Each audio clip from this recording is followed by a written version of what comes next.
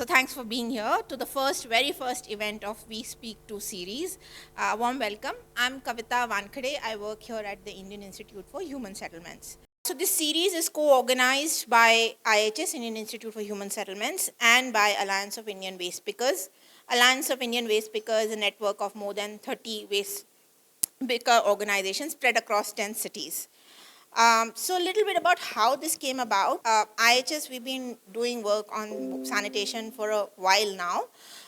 But we have a large program in Tamil Nadu where we were looking at various aspects of sanitation and have been working closely with sanitation workers for more than 3 years, and also trying to work really closely with them, listen to them. So we also thought it was time to do something public. Alliance of Indian Waste Pickers, and Kabir is here, who was the coordinator earlier. They've been doing sessions like this where we were getting workers to speak in various cities, and that was with waste pickers, so we decided to expand it. The idea of this series is very simple. It's just to listen to the workers themselves. And this is especially coming from some of us who work in the sanitation sector, because a lot of these conversations get mediated by professionals. And we felt it was time to get their voices heard.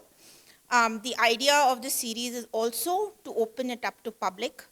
This event, you will have many familiar faces because we made it an invite-only event, but the rest will be public. So it's a 6-part series in different cities. Today is the first one, so welcome first more. The partners for today's events are Hasirudallah, CFAR, and CDD, and a big thanks to them to helping us connect with the workers and also helping us structure this.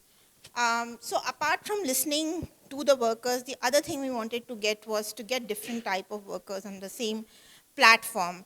And I want to just highlight two things. By no means are we saying that all the workers are alike. In fact, what our studies and other studies and work have shown, that there are actually substantial differences. But the idea is, can there be some cross-learning? What are the similarities? What are the lessons? Also, please notice that this series is it's a series. So that means we are not going to have representation of all workers in all of them. I'm just pointing this out because we got some questions about this is not representative. The panel is not meant to be representative. But having said that, all individuals here have a story to tell, and we are here to listen. So that was about the series and the partners. So about the event, it will be in Kannada with English translations. Professor Abdul Rahman Pasha, who's here, thank you very much, who's going to help with the translation. The session will be moderated by Professor Babu Mathew, who needs no introduction, but I'm going to try and do an introduction nevertheless. So Professor Babu Mathew is the former registrar and faculty at National Law School of India. He has been part of various social movements taking up issues of bonded labor, child labor, displacement, and destruction of the livelihoods of the marginalized. He combined the teaching and practice of human rights, and previously has served as the country director of ActionAid International in India. In this capacity, he was in charge of evolving a right-based policy and implementing a human rights agenda with a special focus on economic, social, and cultural rights. He led the process of presenting a shadow report focusing on the excluded communities of India before the relevant UN committee in Geneva. Thank you, sir, for being here and helping us moderate it. With this, a warm welcome once more, and I'm going to hand it over to Professor Mathew to start. Thank you, sir. ಸ್ನೇಹಿತರೆ, ನಿಜವಾಗಲೂ ಇದು ಬಹಳ ವಿಶೇಷವಾದ ಒಂದು ಕಾರ್ಯಕ್ರಮ. ಬಹುಶಃ ಬೆಂಗಳೂರು ನಗರದಲ್ಲಿ ಈ ರೀತಿಯಾದ ಕಾರ್ಯಕ್ರಮ ಮೊದಲನೇ ಬಾರಿಗೆ ನಡೀತಿದೆ ಅಂತ ನನಗನ್ನಿಸುತ್ತೆ. ಇದರ ವಿಶೇಷ ಏನಂತ ಹೇಳಿದರೆ, ನಾವು ಬೆಂಗಳೂರಿನಲ್ಲಿ ಖಂಡಿತವಾಗಲೂ ನಗರದಲ್ಲಿ ವಾಸ ಮಾಡೋರು ನಾವೆಲ್ಲರೂ ಸಹ ಇದ್ದೀವಿ ಅದರಲ್ಲಿ. ಇನ್ನೊಂದು ಕಡೆ ನಗರದ ಅಧಿಕಾರಿಗಳು ಇದ್ದಾರೆ, ನಗರವನ್ನು ನಡೆಸೋ ಅಧಿಕಾರಿಗಳು. BBMP ಅಂತೂ ನಮಗೆಲ್ಲರಿಗೂ ಗೊತ್ತಿರೋ ಒಂದು ಸಂಸ್ಥೆ. ಆದರೆ ಈ ಮಧ್ಯೆ ಎಲ್ಲರೂ ಮರ್ತೋಗೋ ಜನ ಯಾರು ಅಂತ ಕೇಳಿದರೆ, ನಗರದ ಕೆಲಸ ಮಾಡುವ ಜನ. ಅವರು ನಾಗರಿಕ ಕೆಲಸವನ್ನು ಮಾಡ್ತಾರೆ. ಅವರ ಬಗ್ಗೆ ಸಾಕಷ್ಟು ತಿಳುವಳಿ ನಮ್ಮ ಬೆಂಗಳೂರು ನಗರದಲ್ಲಾಗಲಿ ಕರ್ನಾಟಕದಲ್ಲಾಗಲಿ ಇಲ್ಲ ಅಂತ ಹೇಳಿದರೆ ತಪ್ಪಾಗಲ್ಲ. ಸೊ ಇವತ್ತಿನ ಕಾರ್ಯಕ್ರಮದ ಒಂದು ಮುಖ್ಯವಾದ ಉದ್ದೇಶ ಏನಂತ ಕೇಳಿದರೆ, ನಾವು ಈ ನಗರ ನಡೆಸುವ ಜನ ಅವರಿಲ್ಲದೇ ಬೆಂಗಳೂರು ನಗರ ನಡೆಯೋದೇ ಕಷ್ಟ. ನಡೆಯಲ್ಲ ಅಂತ ಹೇಳಿದ್ರು ತಪ್ಪಾಗಲ್ಲ ಅಂತ ತಿಳ್ಕೊಂಡಿದ್ದೀನಿ. ಅವರ ಬಗ್ಗೆ ಅವರ ಸ್ವಂತ ಶಬ್ದದಿಂದ, ಅವರ ಸ್ವಂತ ಧ್ವನಿಯಿಂದ ಏನು ಅವರ ಅನುಭವ ಅಂತ ಕೇಳೋಕ್ಕೆ ನಾವೆಲ್ಲ ಕುಂತಿದ್ದೀವಿ. ಸೊ ನಾವೆಲ್ಲರೂ ಈ ಕಾರ್ಯಕ್ರಮದಲ್ಲಿ ಸಹಕಾರ ಮಾಡಬೇಕು, ಸಹಕರಿಸಿ ಇದನ್ನು ಯಶಸ್ವಿ ಮಾಡಬೇಕು. ಈ ಕಾರ್ಯಕ್ರಮ ಯಶಸ್ವಿ ಆದರೆ ಖಂಡಿತವಾಗ್ಲೂ ನಮ್ಮೆಲ್ಲರಿಗೂ ಒಳ್ಳೆಯದಾಗುತ್ತೆ ಅಂತ ತಿಳ್ಕೊಂಡು, ಮೊದಲನೇದಾಗಿ ಇಲ್ಲಿ ನಮ್ಮ ಜೊತೆ ಯಾರು ಪ್ಯಾನಲಲ್ಲಿ ಇದ್ದಾರೋ ಅವರು ತಮ್ಮ ಸ್ವಯಂ ಪರಿಚಯ ಮಾಡ್ಕೋಬೇಕು ಅಂತ ನಾನು ಕೇಳ್ಕೊತೀನಿ. ಅದಾದ ನಂತರ 2-3 ಪ್ರಶ್ನೆಗಳನ್ನು ನಾವು ಯೋಚನೆ ಮಾಡಿದ್ದೀವಿ. ಆ ಪ್ರಶ್ನೆಗಳನ್ನು ಸಹ ಒಂದೊಂದಾಗಿ ಹಂಚ್ಕೋತೀವಿ. ಹಂಚ್ಕೊಂಡು ಅದರ ಪ್ರತಿಕ್ರಿಯೆಯೂ ಸಹ ಈ ಪ್ಯಾನಲಲ್ಲಿರೋ ಜನ ನಮ್ಮ ಜೊತೆ ಹಂಚ್ಕೋತಾರೆ. ಆದ್ದರಿಂದ ಮೊದಲನೇದಾಗಿ ನಾನು ನಮ್ಮ ಪ್ಯಾನಲಲ್ಲಿ ಇರೋರನ್ನ ಕರೆಸ್ಕೊತಾ ಇದ್ದೀನಿ. ಅವರು ತಮ್ಮ ಸ್ವಯಂ ಪರಿಚಯನ ಮಾಡಿಕೊಂಡು ಪ್ರಾರಂಭ ಮಾಡ್ಬೋದು. ಎಲ್ಲರಿಗೂ ನಮಸ್ಕಾರ. ನನ್ನ ಹೆಸರು ಇಂದುಮತಿ ಅಂತ. ನಾನು ಹುಟ್ಟಿದ್ದು ತಮಿಳ್ನಾಡಲ್ಲೇ. ನನಗೆ 8 ವರ್ಷ ಇರ್ಬೇಕಾದ್ರೆ ಅಮ್ಮ ತೀರ್ಕೊಂಬಿಟ್ರು. ಅಮ್ಮ ತೀರ್ಕೊಂಡಿದ್ಮೇಲೆ ನಮ್ಮನ್ನು ಮುಂದಕ್ಕೆ ಓದ್ಸೋಕ್ಕೆ ಯಾರೂ ಇಲ್ಲ. ಅಪ್ಪ 2ನೇ ಮದುವೆ ಮಾಡ್ಕೊಂಬಿಟ್ರು. ಆಮೇಲೆ ನಾವು ಬೆಂಗಳೂರಿಗೆ ಅಜ್ಜಿ ಇದ್ದರು, ನಮ್ಮ ತಂದೆಯವರ ತಾಯಿ. ಅಜ್ಜಿ ಕರ್ಕೊಂಡು ನನ್ನ ತಂಗಿನ ಕರ್ಕೊಂಡು ಬೆಂಗಳೂರಿಗೆ ಬಂದುಬಿಟ್ರು. ಬೆಂಗಳೂರಿಗೆ ಬಂದು ನಾನು ಒಂದು ದಿನ ಕೂಡ ರೋಡ್ ಕೂಡ ನನಗೆ ಗೊತ್ತಿರಲಿಲ್ಲ. ಬಟ್ ಕೆಲಸ ಮಾಡಲೇಬೇಕಾಗಿತ್ತು. 11 ವರ್ಷಕ್ಕೆ ಯಾರೂ ಕೆಲ್ಸಕ್ಕೆ ಸೇರಿಸ್ಕೊತಾ ಇರಲಿಲ್ಲ. ಆದರೂ ನನ್ನ ಪ್ರಾಬ್ಲಮ್ ಅವ್ರಿಗೆ ಹೇಳಿದ್ದಕ್ಕೆ ನನಗೆ ಕೆಲಸ ಕೊಟ್ಟಿದ್ದರು. ಗಾರ್ಮೆಂಟ್ಸಲ್ಲಿ ಹೆಲ್ಪರಾಗಿ ಕೆಲಸ ಸೇರಿಕೊಂಡೆ. ಹಂಗೆ ಟೈಲರಿಂಗ್ ಕಲಿತೆ, ಟೈಲರಾಗಿ ಕೆಲಸ ಮಾಡಿದೆ. ಹಂಗೆ ಜೀವನ ನಡೀತಿತ್ತು. ಮದುವೆ ಮಾಡಿದರು. ಮದುವೆ ಮಾಡಿದ್ಮೇಲೆ 2 ಮಕ್ಕಳಾದರು.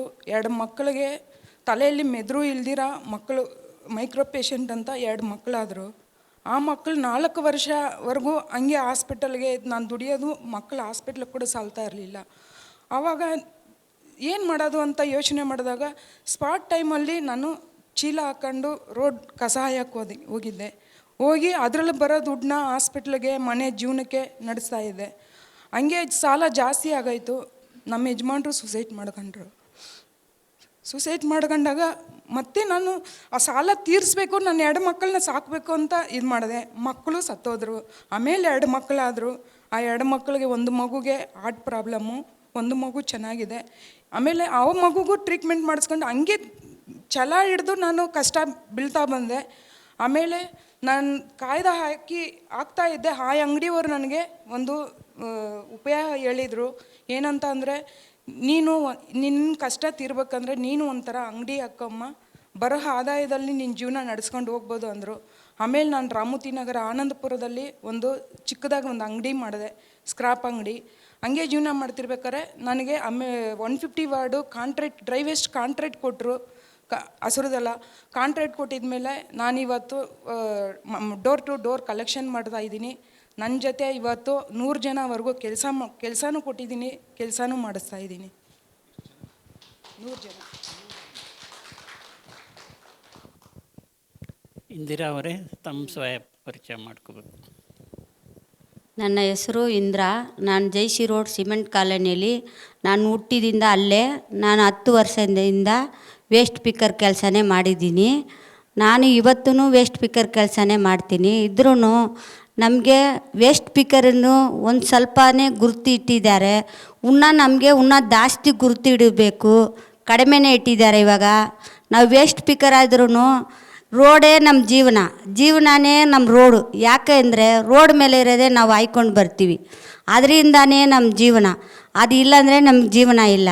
ಇದ್ರೂ ನಮ್ಗೆ ಜಾಸ್ತಿ ಗುರ್ದಿಟ್ಟು ನಮ್ಮನ್ನು ಯಾರನ್ನು ಸರ್ಕಾರ ತೋರಿಸ್ಬೇಕು. ಅದರಿಂದ ಇವಾಗ ನಮ್ಮ ಮನೆ ಚಿಕ್ಕ ಮನೆ ಏರಿಯಾ ಸಿಲಮಲ್ಲಿಯೇ ನಾವು ಇರ್ತೀವಿ. ನಮ್ಮ ಮನೆ ಎಷ್ಟು ಒಂದು 10 ಅಡಿ ಕೂಡ ಇಲ್ಲ ನಮ್ಮ ಮನೆಯೆಲ್ಲ. ನಮ್ಮ ಥರ ಸಿಲಮಲ್ಲಿ ಇರೋರಿಗೆ ಚೆನ್ನಾಗಿ ಮನೆ ಕೊಡಬೇಕು, ಮಕ್ಕಳಿನ ಚೆನ್ನಾಗಿ ಓದಬೇಕು.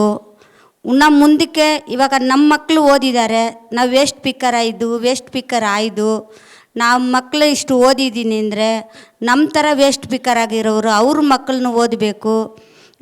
ನಮ್ಮ ಮಕ್ಕಳಿಗೆ ಸರ್ಕಾರ ಕೆಲಸ ಯಾವ ಕೆಲಸನೂ ನಮ್ಮ ಮಕ್ಕಳು ಕೊಡಿಲ್ಲ. ನಮ್ಮ ಮಗ ಡಿಗ್ರಿ ಓದಿದ್ದಾನೆ, ಇಷ್ಟು ಓದಿದ್ರೂ ಪ್ರಯೋಜನ ಇಲ್ಲ. ನಾವು ವೇಸ್ಟ್ ಪಿಕ್ಕರ್ ಆಗಿದ್ವಿ, ನಮ್ಗೆ ಗುರ್ತಿಲ್ಲ. ವೇಸ್ಟ್ ಪಿಕ್ಕರ್ ಮಕ್ಕಳಿಗೆ ಕೆಲಸ ಕೊಡಬೇಕು. ಒಂದು ಕಂಪನಿ ಇರಲಿ, ಒಂದು ಗೌರ್ಮೆಂಟ್ ಜಾಬ್ ಇರಲಿ, ಒಂದು ಪೋಸ್ಟ್ ಮ್ಯಾನ್ ಕೆಲಸ ಇರಲಿ, ಯಾವುದೋ ಒಂದು ಚಿಕ್ಕ ಕೆಲಸ ಇದ್ರು ನಮ್ಮ ಮಕ್ಕಳು ಮಾಡೋಕ್ಕೆ ತಯಾರಾಗಿದ್ದಾರೆ. ನಾವು ವೇಸ್ಟ್ ಪಿಕ್ಕರ್ ಇಂದ್ಬಿಟ್ಟು ನಮ್ಮ ಮಕ್ಕಳಿಗೆ ಕೆಲಸ ದೊಡ್ಡವರಾಗಿ ಇರೋವರೆಗೆ ಕೆಲಸ ಕೊಡ್ತಾರೆ. ನಮ್ಮ ಬಡವ್ರ ಮಕ್ಕಳಿಗೆ ಸಾಧ್ಯ ಕೆಲಸ ಸಿಕ್ಕಲ್ಲ. ಇವಾಗ ನಮ್ಮ ಮನೇಲಿ ನಮಗೆ 3 ಮಕ್ಕಳು ಚೆನ್ನಾಗಿ ಓದಿದ್ದಾರೆ. ನಮ್ಮ ಮಗಳು MA ಓದಿದ್ದಾಳೆ, 5ನೇ ಜಾಗದಲ್ಲಿ ಬಂದಿದ್ದಾಳೆ. ನಮ್ಮ ಮಗಳಿಗೆ ಕೆಲಸ ಇಲ್ಲ. ಇನ್ನು ನಮ್ಮ ಮಗ ಡಿಗ್ರಿ ಓದಿದ್ದಾನೆ, ನಮಗೆ ಕೆಲಸ ಇಲ್ಲ. ಇದ್ರೆ ನಾನು ವೇಸ್ಟ್ ಪಿಕ್ಕರು. ನಾನು ಇಷ್ಟು ಓದಿ ಇಟ್ಟಿದ್ದೀನಿ. ಇನ್ನೊಂದು ಮಗಳು BMC ಕಾಲೇಜಲ್ಲಿ 2nd PUC ಓದ್ತಾಳೆ, ಮಗ SLC ಓದ್ತಾನೆ. ನಮ್ಮ ಮಕ್ಕಳನ್ನ ನೋಡಿ ನಮ್ಮ ಸಿಲಮಲ್ಲಿ ಇರೋ ಮಕ್ಕಳೆಲ್ಲ, ನಾನು ಒಂದು ವೇಸ್ಟ್ ಪಿಕ್ಕರ್ ಇದ್ರೂ ನಮ್ಮ ಸಿಲಮಲ್ಲಿ ಅಷ್ಟು ಮಕ್ಕಳು ಇವಾಗ ಓದ್ತಾರೆ. ನಮಗೆ ಬಂದು ಸ್ಕಾಲರ್ಶಿಪ್ಪು ಸರ್ಕಾರ ಕೊಡುತ್ತೋ ಇಲ್ವೋ, ನಮಗೆ ತಾಜಾ ವೇಸ್ಟ್ ಆಯೋರಿಂದ ಅದರಿಂದ ನಮಗೆ ಸಪೋರ್ಟ್ ಮಾಡಿ ನಮ್ಮ ಮಕ್ಕಳಿಗೆ ಸ್ಕಾಲರ್ಶಿಪ್ ಕೊಡ್ತಾರೆ. ಒಂದು ಮಕ್ಕಳು ಸ್ಕೂಲ್ ಬಿಟ್ರು ಅದರಲ್ಲಿ ಸೇರಿಸ್ತಾರೆ.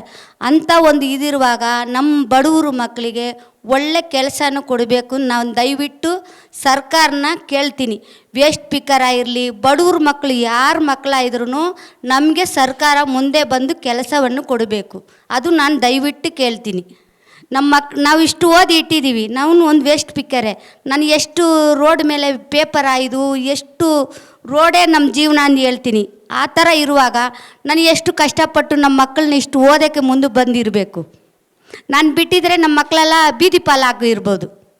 ಇವಾಗ ನಮ್ಮ ಮಕ್ಕಳನ್ನ ನೋಡಿ ಸಾವಿರಾರು ಮಕ್ಕಳು ಓದ್ತಾರೆ, ಮುಂದೆ ಬರ್ತಾರೆ. ಯಾಕೆ ಗೌರ್ಮೆಂಟ್ ಸರ್ಕಾರದಿಂದ ನಮ್ಮ ಥರ ವೇಸ್ಟ್ ಪಿಕ್ಕರ್ ಮಕ್ಕಳಿಗೆ ಒಂದು ಪೊಲೀಸ್ ಕೆಲಸ ಕೊಡಬಾರ್ದು? ಯಾಕೆ ಕೊಡಬಾರ್ದು? ಒಳ್ಳೆ ಕೆಲಸ ಪೊಲೀಸ್ ಅವ್ರ ಮಕ್ಕಳನ್ನೇ ಪೊಲೀಸ್ ಕೆಲಸ ಮಾಡಬೇಕಾ? ಗೌರ್ಮೆಂಟ್ ಕೆಲಸದಲ್ಲಿರೋರೇ ಗೌರ್ಮೆಂಟ್ ಕೆಲಸ ಮಾಡಬೇಕಾ? ಒಂದು ವೇಸ್ಟ್ ಪಿಕ್ಕರ್ ಮಕ್ಕಳು ಯಾಕೆ ಮಾಡಬಾರ್ದು? ಪೊಲೀಸ್ ಕೆಲಸ ಯಾಕೆ ಮಾಡಬಾರ್ದು? ಒಂದು ಕಂಪ್ನಿಯಲ್ಲಿ ಯಾಕೆ ಕೆಲಸ ಮಾಡಬಾರ್ದು? ನಮಗೂ ಅಂಥ ಕೆಲಸ ಮಾಡಬೇಕು ನಮ್ಮ ಮಕ್ಕಳು, ನಮ್ಗೆ ಆಸೆ ಇಲ್ವಾ? ಸರ್ಕಾರ ಮುಂದೆ ಬಂದು ನಮ್ಗೆ ಸಪೋರ್ಟ್ ಮಾಡಿದ್ರೇ ನಮ್ಮ ಮಕ್ಕಳು ಮುಂದೆ ಓದೋಕ್ಕೆ ಹೋಗ್ತಾರೆ. ಇಲ್ಲ ಅಂದರೆ ನಮ್ಮ ಮಕ್ಕಳೆಲ್ಲ ಸೆಲೆಕ್ಷನ್ ಹೊಡಿಯೋದು, ಗಂಜಾ ಹೊಡಿಯೋದು, ನಿಮಗೆಲ್ಲ ಗೊತ್ತು, ನಾನು ಹೇಳೋದು ಏನಿಲ್ಲ. ಸೆಲೆಕ್ಷನ್ ಹೊಡಿಯೋದು, ಗಂಜಾ ಕುಡಿಯೋದು, ಅಂಥ ಸಂದು ಬಂದಲ್ಲಿ ಮೋರಿಯಲ್ಲಿ ಅಲ್ಲಿ ಇಲ್ಲಿ ಕುಡಿದ್ಬಿಟ್ಟು ಬಿದ್ದಿದ್ದಾರೆ. ಇಂಥ ಒಂದು ಒಳ್ಳೆ ದಾರಿಯಲ್ಲಿ ತಗೊಂಡು ಬಂದರೆ ನಮ್ಮ ಮಕ್ಕಳು ಮುಂದೆ ಬರುತ್ತೆ. ಅದರಿಂದ ನಾನು ಒಂದು ಕೇಳ್ತೀನಿ, ನಮಗೆ ವೇಸ್ಟ್ ಪಿಕ್ಕರಿಂದ ಒಳ್ಳೆ ಹೆಸರು ಬರಬೇಕು. ನಮ್ಮ ಥರ ಮಕ್ಕಳಿಗೆ ಒಳ್ಳೆ ಜಾಗ, ಮಕ್ಕಳಿಗೆ ನಮಗೆಲ್ಲ ಚಿಕ್ಕ ಮನೆ, ನಮಗೆಲ್ಲ ಮನೆ ಮಲಗೋಕ್ಕೂ ಕೂಡ ಜಾಗ ಇರಲ್ಲ, ಅಷ್ಟು ಮನೆ ಇರುತ್ತೆ. ನೀವೆಲ್ಲ ಒಂದು ಸಪೋರ್ಟ್ ಮಾಡಿ ಸರ್ಕಾರಕ್ಕೆ, ನಮಗೆ ಒಳ್ಳೆ ಮನೆ ಕೊಡಬೇಕು, ನಮ್ಮ ಮಕ್ಕಳಿಗೆ ಒಳ್ಳೆ ಕೆಲಸ ಕೊಡಬೇಕು. ನಾನು ದಯವಿಟ್ಟು ನಿಮ್ಮನ್ನು ಎಲ್ಲರಿಗಾಗಿ ನಾನು ಕೇಳ್ತೀನಿ. ನಮ್ಮ ಒಬ್ಬರು ಮಕ್ಕಳಿಲ್ಲ, ನಮ್ಮ ಥರ ವೇಸ್ಟ್ ಪಿಕ್ಕರ್ ಮಕ್ಕಳಿರಲಿ, ಫುಟ್ಪಾತ್ ಮೇಲೆ ಇರೋರ ಮಕ್ಕಳು ಕೂಡ ಮನೆ ಕೊಳ್ಳಿ, ಅವ್ರು ಕೂಡ ಕೆಲಸ ಕೊಳ್ಳಿ, ನಮ್ಗೆ ಖುಷಿ. ಯಾಕಂದರೆ ನಾವು ಅಷ್ಟು ಕಷ್ಟ ಅನುಭವಿಸಿದ್ದೀವಿ. ರೋಡಲ್ಲಿ ಲಾಕ್ಡೌನಲ್ಲಿ ನಮಗೆ ಒಂದು ಪೇಪರ್ ಕೂಡ ಸಿಕ್ಕಿಲ್ಲ. ಆವಾಗ ನಮ್ಗೆ ಸರ್ಕಾರ ಏನು ಊಟ ಹಾಕಿಲ್ಲ. ಡಿಬ್ಬದಲ್ಲಿ ಎಷ್ಟು kg ಅಕ್ಕಿ ಹಾಕಿದ್ರು, ಒಂದು 10 kg ಎಷ್ಟು ಹಾಕಿ 30 kg ಅಕ್ಕಿ ಕೊಟ್ಟರು. ಬರೀ 30 kg ಅಕ್ಕಿ ಇಸ್ಕೊಂಡು ನಾವು ಹೆಂಗೆ ಜೀವನ ಕಳಿಯೋದು? ಕರೆಂಟ್ ಬಿಲ್ ಕಟ್ಟಿಂತಾರೆ, ನಾವು ಎಲ್ಲಿಂದ ಕರೆಂಟ್ ಬಿಲ್ ಕಟ್ಟೋದು? ನಮ್ಗೆ ತಿನ್ನೋಕ್ಕೆ ಊಟ ಇಲ್ಲ. 30 kg ಅಕ್ಕಿ ಇಸ್ಕೊಂಡು ಗ್ಯಾಸ್ ಇಲ್ಲ, ಏನಿಲ್ಲ, ನಮ್ಮ ಜೀವನ ಹೆಂಗೆ ಮಾಡೋದು? ಎಷ್ಟೋ NGO ಜನಗಳು ಬಂದು ನಮಗೆ ಎಷ್ಟೋ ಅಕ್ಕಿನೋ ಬೇಳೆನೋ ಮೆಣಸಿನ ಪುಡಿನೋ ಎಣ್ಣೆನೋ ಕೊಟ್ಟು ನಮ್ಗೆ ಅಷ್ಟು ಆ ಕೊರೋನಾದಲ್ಲಿ ನಮ್ಗೆ ಅಷ್ಟೊಂದು ಸಪೋರ್ಟ್ ಮಾಡಿ ಇವತ್ತು ನಾನು ಮಾತಾಡೋಕ್ಕೆ ಮುಂದೆ ಬಂದಿದ್ದೇನೆಂದರೆ ಅವ್ರು ಅವತ್ತು ಸಪೋರ್ಟ್ ಮಾಡಿರೋಗೆ ನಾವು ಇಷ್ಟು ಮುಂದೆ ಬಂದು ಮಾತಾಡ್ತೀವಿ. ಆ ಥರ ನಮ್ಮ ಗೌರ್ಮೆಂಟ್ ಯಾಕೆ ಆ ಸರ್ಕಾರ ಕೊಡಬೇಕು? ಇವಾಗ ನಿಮ್ಮ ಥರ NGOದಲ್ಲಿ ಇರೋರು ಕೊಡೋ ಸರ್ಕಾರ ಗೌರ್ಮೆಂಟ್ ಯಾಕೆ ನಮ್ಗೆ ಕೊಡಬಾರ್ದು? ಕೊಡ್ಬೋದಲ್ವಾ? ಅವ್ರವ್ರ ಮಕ್ಕಳಿಗೆ ಕೊಡಬೇಕು, ಅವ್ರವರೇ ತಿನ್ನಬೇಕು, ಸರ್ಕಾರ ಅವರೇ ತಿನ್ನಬೇಕಂದ್ರೆ ನಮ್ಮ ಥರನೂ ಅವ್ರ ಕಣ್ಣು ಎತ್ತಿ ನಮ್ಮನ್ನು ನೋಡೋಕ್ಕೆ ಸ್ವಲ್ಪ ನೀವೆಲ್ಲ ದಯವಿಟ್ಟು ಸಹಾಯ ಮಾಡಬೇಕು, ಅವ್ರ ಕಿವಿಗೆ ಹಾಕಬೇಕು. ನನ್ನ ಹೆಸರು ರಾಜ್ಕುಮಾರ್ ಅಂತ. ನಾನು ಹುಟ್ಟಿದ್ದು ಬೀದರಲ್ಲಿ, ಬೆಳೆದಿದ್ದು ಗುಲ್ಬರ್ಗದಲ್ಲಿ, ಕೆಲಸ ಮಾಡ್ತಿರೋದು ದೇವನಹಳ್ಳಿಯಲ್ಲಿ. ಇಷ್ಟೇ ಸರ್ ನನ್ನ ಉದ್ದೇಶ. ಸರ್ ನಾನು ಗುಲ್ಬರ್ಗದಲ್ಲಿ ಕೆಲಸ ಮಾಡ್ತಾಯಿದ್ದೆ, ತೋಟದ ಕೆಲಸ. ಅಲ್ಲಿ 10 ವರ್ಷ ಕೆಲಸ ಮಾಡಿದೆ. ಆಮೇಲೆ ನಮ್ಮ ಹುಡುಗರು ಅಂದರು ಬೆಂಗಳೂರು ತೋರಿಸ್ತೀನಿ ಅಂತ ಕರ್ಕೊಂಡು ಬಂದರು. ನಮ್ಮ ಫ್ರೆಂಡ್ ಸರ್ ಅಲ್ಲಿ ಗುಲ್ಬರ್ಗದಲ್ಲಿ ಸರ್. ಇಲ್ಲಿ ನಾನು FSTPಯಲ್ಲಿ ಗಾರೆ ಕೆಲಸ ನಡೀತಾ ಇತ್ತು, ಅದು ಕಟ್ಟಡ ಕೆಲಸ ನಡೀತಾ ಇತ್ತು. ಆ ಟೈಮಾಗಿ ಕೆಲಸ ಮಾಡೋಕ್ಕೆ ಬಂದಮೇಲೆ ಹಂಗೆ CDD ಅವರು ಇಲ್ಲೇ ಕೆಲಸ ಸೇರ್ಕೊಂಡ್ಬಿಡು ಅಂತ ಹೇಳಿದ್ರು. ಇಲ್ಲೇ ಸೇರ್ಕೊಂಡ್ಬಿಟ್ಟು ಚೆನ್ನಾಗಿ ಕೆಲಸ ಮಾಡ್ತಾಯಿದ್ದೀವಿ ಸರ್. Very good. ಮುಂದೆ ಚಿತ್ರ ಅವರು ಸ್ವಯಂ ಪರಿಚಯ ಮಾಡ್ಕೋಬೇಕು. ಎಲ್ರಿಗೂ ನಮಸ್ಕಾರ.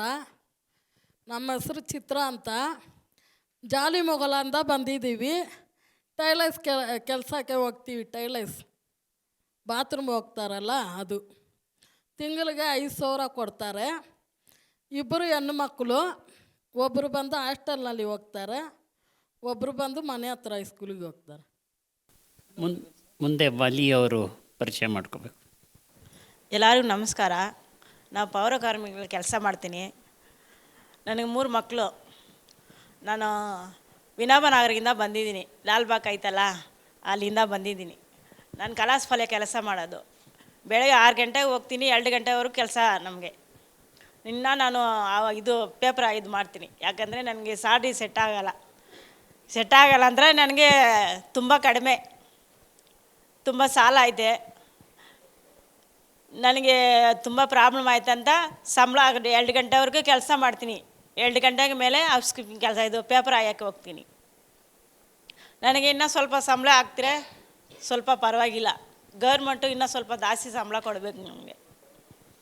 ನಮ್ಮ ಮನೆ ಬಾಡಿಗೆ ಮನೆ, 8 ತಿಂಗಳಿಗೆ 7,000 ರೂಪಾಯಿ ಬಾಡಿಗೆ ಕಟ್ಟಬೇಕು. 12,000 ಸಂಬಳ ಹಾಕಿ 7,000 ಮನೆಗೆ ಕೊಟ್ಟರೆ ಬಾಡಿಗೆ, ಕರೆಂಟ್ ಬಿಲ್ಲು, ನೀರು ಬಿಲ್ಲು ಅಲ್ಲೇ 9,000 ಹೋಗ್ಬಿಡ್ತದೆ. 4,000 ಮಾಡ್ಕೊಂಡು ಏನು ಮಾಡೋದು ನಾನು? ಅದಕ್ಕೆ 4,000 ನನಗೆ ಸಾಲಲ್ಲ. ತಿರ್ಗಾ ಪೇಪರ್ ಹಾಯಕ್ಕೆ ಹೋಗ್ತೀನಿ ನಾನು. 2 ಗಂಟೆಯಿಂದ ಸಾಯಂಕಾಲ 5 ಗಂಟೆವರೆಗೂ ಪೇಪರ್ ಹಾಯ್ತೀನಿ. ನನಗೆ 3 ಮಕ್ಕಳಿದ್ದಾರೆ. ನಮ್ಮ ಯಜಮಾನ್ರು ಎಲ್ಲಿ ಹೋಗಲ್ಲ. ಅವ್ರಿಗೆ ಲಿವರ್ ಪ್ರಾಬ್ಲಮ್ ಆಗ್ಬಿಟ್ಟು ಆಪ್ರೇಷನ್ ಮಾಡಿಬಿಟ್ಟು ಮನೆಯಲ್ಲೇ ಇದ್ದಾರೆ. ನಾನು ದುಡ್ದು ಮನೆ ನೋಡಬೇಕು, ಮನೆ ಬಳಕೆ ಮಾಡಿ ನೋಡಬೇಕು. ಅದಕ್ಕೆ ಪೇಪರ್ ಹಾಯಕ್ಕೆ ತಿರ್ಗಾ ಹೋಗ್ತೀನಿ 2 ಗಂಟೆಯಿಂದ ಸಾಯಂಕಾಲ 4 ಗಂಟೆವರೆಗೂ. ಪೌರ ಕಾರ್ಮಿಕ ಕೆಲಸ ಮಾಡಿದ್ರು 12,000 ಕೊಡ್ತಾರೆ. ಒಂದು ದಿವಸ ಮೈ ಹುಷಾರಿಲ್ಲ ಅಂದ್ರೆ ರಜೆ ಹಾಕ್ತಾರೆ, ಅದು ಹಿಡ್ಕೋತಾರೆ ನಮ್ಮನ್ನ. ರಜಾ ಮಾಡಿದ್ರೆ ರಜಾ ಕಾಸು ಹಿಡ್ಕೋತಾರೆ. ಗೌರ್ಮೆಂಟಿನ ನಮಗೆ ಇನ್ನೂ ಸ್ವಲ್ಪ ಸಲಿಗೆ ಮಾಡಿಕೊಡ್ಬೇಕು ಅದನ್ನು. ನಮ್ಮ ಜೊತೆ ಸೌಭಾಗ್ಯ ಅವರು ನಮ್ಮ ಈ ಎಲ್ಲ ಕಾರ್ಯಕ್ರಮಕ್ಕೆ ಅವರು ರಿಸೋರ್ಸ್ ಪರ್ಸನ್ ಆಗಿದ್ದಾರೆ. ಅವರು ಸಹ ಪರಿಚಯ ಮಾಡ್ಕೋಬೇಕಂತ ಕೇಳ್ಕೊತೀನಿ. ಸೌಭಾಗ್ಯ ಅಂಥೇಳಿ, ನಾವು ಕಳೆದ 10 ವರ್ಷದಿಂದ ಕಾಗದಾಯವರೊಟ್ಟಿಗೆ ಬೆಂಗಳೂರು ನಗರದಲ್ಲಿ ಕೆಲಸ ಮಾಡ್ತಾಯಿದ್ದೀವಿ. ನಮ್ಮಲ್ಲಿ ಇವಾಗ ನಮ್ಮಲ್ಲಿ ಯಾರು ಬಂದಿದ್ದಾರೋ ಇವ್ರಿಗೆ ಬೇರೆ ಬೇರೆ ಕೆಲಸಕ್ಕೆ ಹೋಗಿದ್ರು ಕೂಡ ಇವರೆಲ್ಲ ಮೊದಲಿಂದ ಕೂಡ ಕಾಗದಾಯವರಾಗಿದ್ದಾರೆ. ಅದ್ರ ಬಗ್ಗೆ ಅವ್ರ ಅನಿಸಿಕೆಗಳನ್ನ ಹೇಳಲಿಕ್ಕೆ ಇವತ್ತು ಈ ವೇದಿಕೆ ಒಂದು ಅವಕಾಶ ಕೊಟ್ಟಿದೆ. ಅದೇ ಥರ ಅವ್ರನ್ನ ಗುರುತಿಸಿ, ಈಗ ಇಂದಿರಾ ಅವ್ರು ಹೆಂಗೆ ಬೇಡಿಕೆ ಇಟ್ಟರಲ್ಲ, ಅದೇ ಥರ ಅವ್ರ ಲೈಫಲ್ಲಿ ಚೇಂಜಸ್ ಬರಬೇಕು ಅಂತ ನನಗೂ ಕೂಡ ಆಸೆ ಇದೆ. Thank you.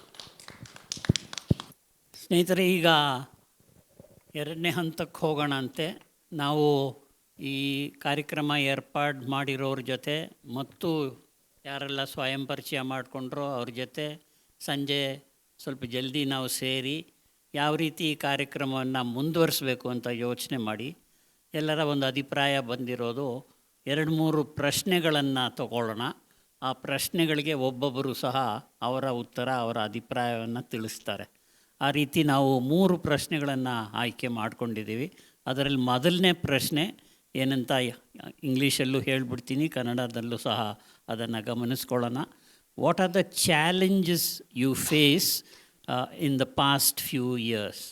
ಈ ಕಳೆದ ಕೆಲವು ವರ್ಷಗಳಲ್ಲಿ ತಮ್ಮ ಜೀವನದಲ್ಲಿ ಯಾವ ಥರದ ಪ್ರಶ್ನೆಗಳು, ಸವಾಲುಗಳನ್ನು ತಾವು ಎದುರಿಸಿದ್ದೀರಾ ಅಂತ ದಯವಿಟ್ಟು ಒಬ್ಬೊಬ್ಬರು ಅದರ ಬಗ್ಗೆ ಕೆಲವೇ ಮಾತುಗಳಲ್ಲಿ, ಕಾರಣ ನಮ್ಮ ಸಮಯದ ಅಭಾವನೂ ಸಹ ಇದೆ, ಅದನ್ನು ಗಮನದಲ್ಲಿಟ್ಕೊಂಡು ಆದಷ್ಟು ಸಂಕ್ಷಿಪ್ತವಾದ ರೀತಿಯಲ್ಲಿ ಹೇಳಬೇಕು ಅಂತ ನಾನು ಕೇಳಿಕೊಂಡು ಮೊದಲನೇದಾಗಿ ಇಂದುಮತಿ ಕೇಳ್ತೀನಿ. ನಾನು ಯಾವ ಥರ ಎದುರಿಸಿದ್ದೀನಿ ಅಂದರೆ, ನನ್ನ ಹೊಟ್ಟೆಗೆ ಊಟ ಕೂಡ ನನಗಿರಲಿಲ್ಲ. ಅಷ್ಟೊಂದು ಕಷ್ಟನ ನಾನು ಎದುರಿಸಿದ್ದೀನಿ.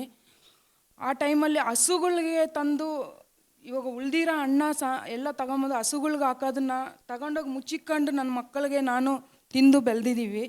ಆದರೆ ಇವತ್ತು ಎಷ್ಟೋ ಜನಕ್ಕೆ ನಾನು ಊಟ ಇಕ್ತಾಯಿದ್ದೀನಿ ಟೈಮ್ ಕರೆಕ್ಟಾಗಿ. ಅದರಿಂದ ನಾನು ತುಂಬ ಸಂತೋಷ ಬೀಳ್ತೀನಿ. ಯಾರೂ ಅಷ್ಟೇ ಕಷ್ಟ ಬಂತು ಅಂತ ಹೆದರಬಾರ್ದು. ನಾವು ಸಾಧಿಸ್ತೀವಿ ಅಂತ ಸಾಧಿಸ್ಬೇಕು ಅಷ್ಟೇ ಸರ್. ನಾವು ಎಷ್ಟೋ ಕಷ್ಟಪಟ್ಟು ಇವತ್ತು ವೇಸ್ಟ್ ಪಿಕ್ಕರಿಂದ ನಾವು ಮುಂದೆ ಬಂದಿದ್ದೀವಿ ಅಂದರೆ, ಇವತ್ತು ನಾವು ಇಲ್ಲಿ ನಿಂತ್ಕೊಂಡು ಮಾತಾಡೋಕ್ಕೆ ನಮಗೆ ಒಂದು ಭಯ. ಒಂದು ವೇಸ್ಟ್ ಪಿಕ್ಕರ್ ಯಾರನ್ನ ಒಳಗಡೆ ಬಿಟ್ಟು ಇಷ್ಟು ದೂರ ಮಾತಾಡೋಕ್ಕೆ ಬಿಡ್ತಾರಾ? ಒಳಗಡೆ ಬಿಡ್ತಾರ? ಫಸ್ಟು ಆಚೆನೇ ನಿಂತ್ಕೊಂಡು ಹೇಳ್ತಾರೆ. ಅಂಥ ಒಂದು ಪರಿಸ್ಥಿತಿಯಲ್ಲಿ ಇದ್ದವರು ಇವತ್ತು ನಾವು ಇಷ್ಟು ಮುಂದೆ ಬಂದು ಹಿಂಗೆ ನಿಂತ್ಕೊಂಡು ಇಷ್ಟು ಮಾತಾಡ್ತೀವಿ ಅಂದರೆ, ನಮಗೆ ವೇಸ್ಟ್ ಪಿಕ್ಕರ್ ಅಂದರೆ ಇವ್ರಿಗೆ ಒಂದು ಶಕ್ತಿ. ಅದು ಯಾಸಕ್ತಿ ಅಂದರೆ ನಮಗೆ BBMPಯಿಂದ ಒಂದು ID ಕಾರ್ಡ್ ಕೊಟ್ಟು ನಾವು ಎಷ್ಟು ವೇಸ್ಟ್ ಪಿಕ್ಕರ್ ಜನ ಇದ್ದೀವೋ ಅಷ್ಟು ಜನಗಳಿಗೆ ಕೊಟ್ಟು, ನಮಗೆ ಪೋಲಿಸ್ ಸ್ಟೇಷನ್ಗೆ ಹೋದ್ರೂ ನಮಗೆ ತುಂಬ ಕಷ್ಟ, ರೋಡ್ ಮೇಲೆ ಹೋದ್ರೂ ಕಷ್ಟ, ಬೀದಿ ಮೇಲೆ ಹೋದ್ರೂ ಕಷ್ಟ, ಜನಗಳು ಹೊಡಿಯೋಕ್ಕೆ ಅಡಿಯೋಕ್ಕೆ ಎಲ್ಲ ಬಂದರು. ಆ ಕಾರ್ಡ್ ಬಂದ ಮೇಲೆ ನಮಗೆ ಎಷ್ಟೋ ಒಂದು ಸಹಾಯ ಆಯಿತು. ಇವತ್ತು ನಮ್ಮ ಮಕ್ಕಳಿಗೆಲ್ಲ ಒಳ್ಳೆ ಬುದ್ಧಿ ಕಲಿಸಿ ಚೆನ್ನಾಗಿ ಓದಿ ಇಟ್ಟಿದ್ದೀವಿ. ಇದರಿಂದ ನಾವು ಇವಾಗ ಒಂದು ಸ್ವಲ್ಪ ಪರವಾಗಿಲ್ಲ. ನಮ್ಮ ಥರ ಪಕ್ಕ ಅಕ್ಕ ಇರೋವ್ರನ್ನೂ ಮುಂದೆ ಬಂದಿದ್ದಾರೆ. ಅವ್ರಿಗೂ ಎಲ್ಲರೂ ಸಪೋರ್ಟ್ ಮಾಡಬೇಕು ಅಂತ ನಾನು ದಯವಿಟ್ಟು ಕೇಳ್ಕೊಳ್ತೀನಿ. ರಾಜ್ಕುಮಾರ್ ಅವರೇ, ತಮ್ಮ ಪ್ರತಿಕ್ರಿಯೆ. ಹಲೋ ಸರ್, ನಾನು FSTP ಪ್ಲ್ಯಾಂಟಲ್ಲಿ ಗಾರೆ ಕೆಲಸ ಮಾಡುವಾಗ ಒಬ್ಬ ಆಪ್ರೇಟರ್ ಇದ್ದ. ಆ ಆಪ್ರೇಟರ್ ಕೆಲಸ ಮಾಡ್ತಾ ಇರುವಾಗ ಅವ್ರ ಊರಿಗೆ ಹೋಗಿದ್ರು. ಅವ್ರ ಊರಿಗೆ ಹೋದಾಗೆ ನನಗೆ ಸ್ವಲ್ಪ ದಿನ ಕೆಲ್ಸಕ್ಕೆ ತೊಗೊಂಡ್ರು. ಒಳಗಡೆ ತೊಗೊಂಡಾಗೆ ನಮ್ಮ ಜೊತೆ ಹುಡುಗರೆಲ್ಲ ನನಗೆ ಒಂಥರ ಅಸಹ್ಯ ಆಗಿ ನೋಡಿದ್ರು. ಏನಪ್ಪ ಇವನು ಇಂಥಲ್ಲೆಲ್ಲ ಕೈ ಆಡಿಸ್ತಾನಲ್ಲ, ಇಷ್ಟೊಂದು ಗಲೀಜಲ್ಲಿ ಕೈ ಆಡಿಸ್ತಾನಲ್ಲ ಅಂತೇಳಿ ನಂಗೆ ಒಂಥರ ಅಸಹ್ಯ ಆಗಿ ನೋಡಿದ್ರು. ನೋಡಿದ್ಮೇಲೆ ಸ್ವಲ್ಪ ದಿನ ಹಂಗೆ ಮಾಡಿದೆ ಸರ್. ಮಾಡಾದಮೇಲೆ ತಿರ್ಗಾ ಅವ್ರು ಬಂದರು. ಅವ್ರು ಬಂದಮೇಲೆ ಅವ್ರು ಮಾಡ್ತಾಯಿದ್ರು. ನನಗೆ ತಿರ್ಗಾ ಏನೋ ಜಾತ್ರೆ ಏನೋ ಇತ್ತು ಊರಿಗೆ ಹೋದೆ. ಊರಿಗೆ ಹೋದ್ಮೇಲೆ ಮತ್ತೆ ಅವರು ಏನೋ ಹಿಂಗೆ ಹುಡುಗರು ಏನೋ ಅನ್ಸಲಿಂದ ಅವ್ರು ಬಿಟ್ಬಿಟ್ಟು ಓಡೋದ್ರು ಸರ್. ಓಡಿದ್ಮೇಲೆ ನನಗೆ ಕಾಲ್ ಮಾಡಿದ್ರು, ನೀನು ಬಾಪ ಅಂತ. ನಮ್ಮ ಮನೆಗೆ ಹೇಳಿದೆ ನಾನು ಹಿಂಗೆ ಹೋಗ್ತೀನಿ ಕೆಲ್ಸಕ್ಕೆ. ಅಂದರೆ ನಮ್ಮ ಮನೆಗೆ ಅಂದರು, ಬೇಡ, ನೀನು ಹೋದರೆ ಆ ಕಡೆ ಹೋಗು, ಮನೆಗೆ ಬರಲೇಬೇಡ ಅಂತ ಹೇಳಿದ್ರು. ಇಲ್ಲ, ನಾನು ಹೋಗ್ತೀನಿ ಅಂದರೆ ನೀನು ಹೋದರೆ ಆ ಕಡೆ ಸತ್ತಂಗೆ ಹೋಗ್ಬಿಡು, ಬರಬೇಡ ಮನೆಗೆ ಅಂತ ಹೇಳಿದ್ರು. ಸರಿ ಆಯ್ತಲ್ಲ ಬಿಡು, ನಾನು ಹೆಂಗೆ ಹೊರಗಡೆ ಬದುಕ್ತೀನಿ ಅಂತೇಳಿ ಬಂದೆ. ಈ ಕಡೆ ಬಂದು ಸ್ವಲ್ಪ ದಿನ ಆದಮೇಲೆ ಸಟ್ಲಾದಮೇಲೆ ಆಮೇಲೆ ನಮ್ಮ ತಾಯಿ ತಂದೆ ಇದ್ಕೊಂಡು ಫೋನು ಮಾಡಲಿಲ್ಲ, ಮಾತಾಡಲಿಲ್ಲ. ಎಲ್ಲನೂ ಹೋಲ್ಬಿಟ್ಟು ನನ್ನ ಜೀವನ ನೋಡ್ಕೊಬೋದು ಅಂದ್ಕೊಂಡೆ. ಆಮ್ಯಾಗ ಇದ್ಕೊಂಡು ನಮ್ಮ ಅಣ್ಣ ಒಂದು ಸ್ವಲ್ಪ ದಿನ ಬಿಟ್ಟು ಕಾಲ್ ಮಾಡ್ದೆ, ಬಾ ಊರಿಗೆ ಅಂತಂದ. ಹೋದೆ. ಮತ್ತು ಹೋಗೋ ಟೈಮಾಗಾದರೆ ನಾವು ಫುಲ್ ಚೇಂಜ್ ಆಗಿ ಹೋದೆ. ಬರುವಾಗ ಹರಕ್ಕೆ ಬಟ್ಟೆ ಹಾಕ್ಕೊಂಡು ಚಪ್ಪಲಿ ಹಾಕ್ಕೊಂಡು ಬಂದೆ. ತಿರುಗಿ ಹೋಗ್ಬೇಕಾದ್ರೆ ನನಗೆ ಜೊತೆಗಿರೋ ಇಂಜಿನಿಯರ್ ಎಲ್ಲ ಚೆನ್ನಾಗಿದ್ದರು. ರವಿ ಕಲ್ಲಲ್ ಅಂತ, ನಿತಿನ್ ಅಂತ, ಕನಕೇಶ್ವರ್ ಅಂತ. ಹೋಗ್ಬೇಕಾದ್ರೆ ಒಂದು ಮೊಬೈಲ್ ಕೊಡಿಸಿದ್ರು, ಶೂ ಕೊಡಿಸಿದ್ರು, ಬಟ್ಟೆ ಕೊಡಿಸಿದ್ರು, ಬ್ಯಾಗ್ ಕೊಡಿಸಿದ್ರು. ಊರಿಗೆ ಹೋದ್ಮೇಲೆ ಯಾರ್ದಾರು ಅಕೌಂಟ್ ನಂಬರ್ ಇದ್ರೆ ಕೊಡು, ದುಡ್ಡು ಹಾಕ್ತೀನಿ ಅಂದರು. ಹೋದೆ, ದುಡ್ಡು ಹಾಕಿದ್ರು. ಆಮೇಲೆ ನಮ್ಮ ಮನ್ಯಾಗ ಖುಷಿಪಟ್ಟರು. ತಿರ್ಗಾ ಸರಿ ಆಯ್ತು ಹೋಗು ಅಂದರು. ಬಂದಮೇಲೆ ತಿರ್ಗಾ ಒಂದು ಹುಡುಗಿ ನೋಡಿದ್ರು, ಮದುವೆ ಮಾಡಿದ್ರು. ಇವಾಗ ಚೆನ್ನಾಗಿದ್ದೀನಿ, ಮಗಳಿದ್ದಾಳೆ, ಹೆಂಡತಿ ಇದ್ದಾಳೆ, ಜೊತೆಗೆ ಚೆನ್ನಾಗಿದೆ ಸರ್, ಎಂಜಾಯ್ ಅಷ್ಟೇ.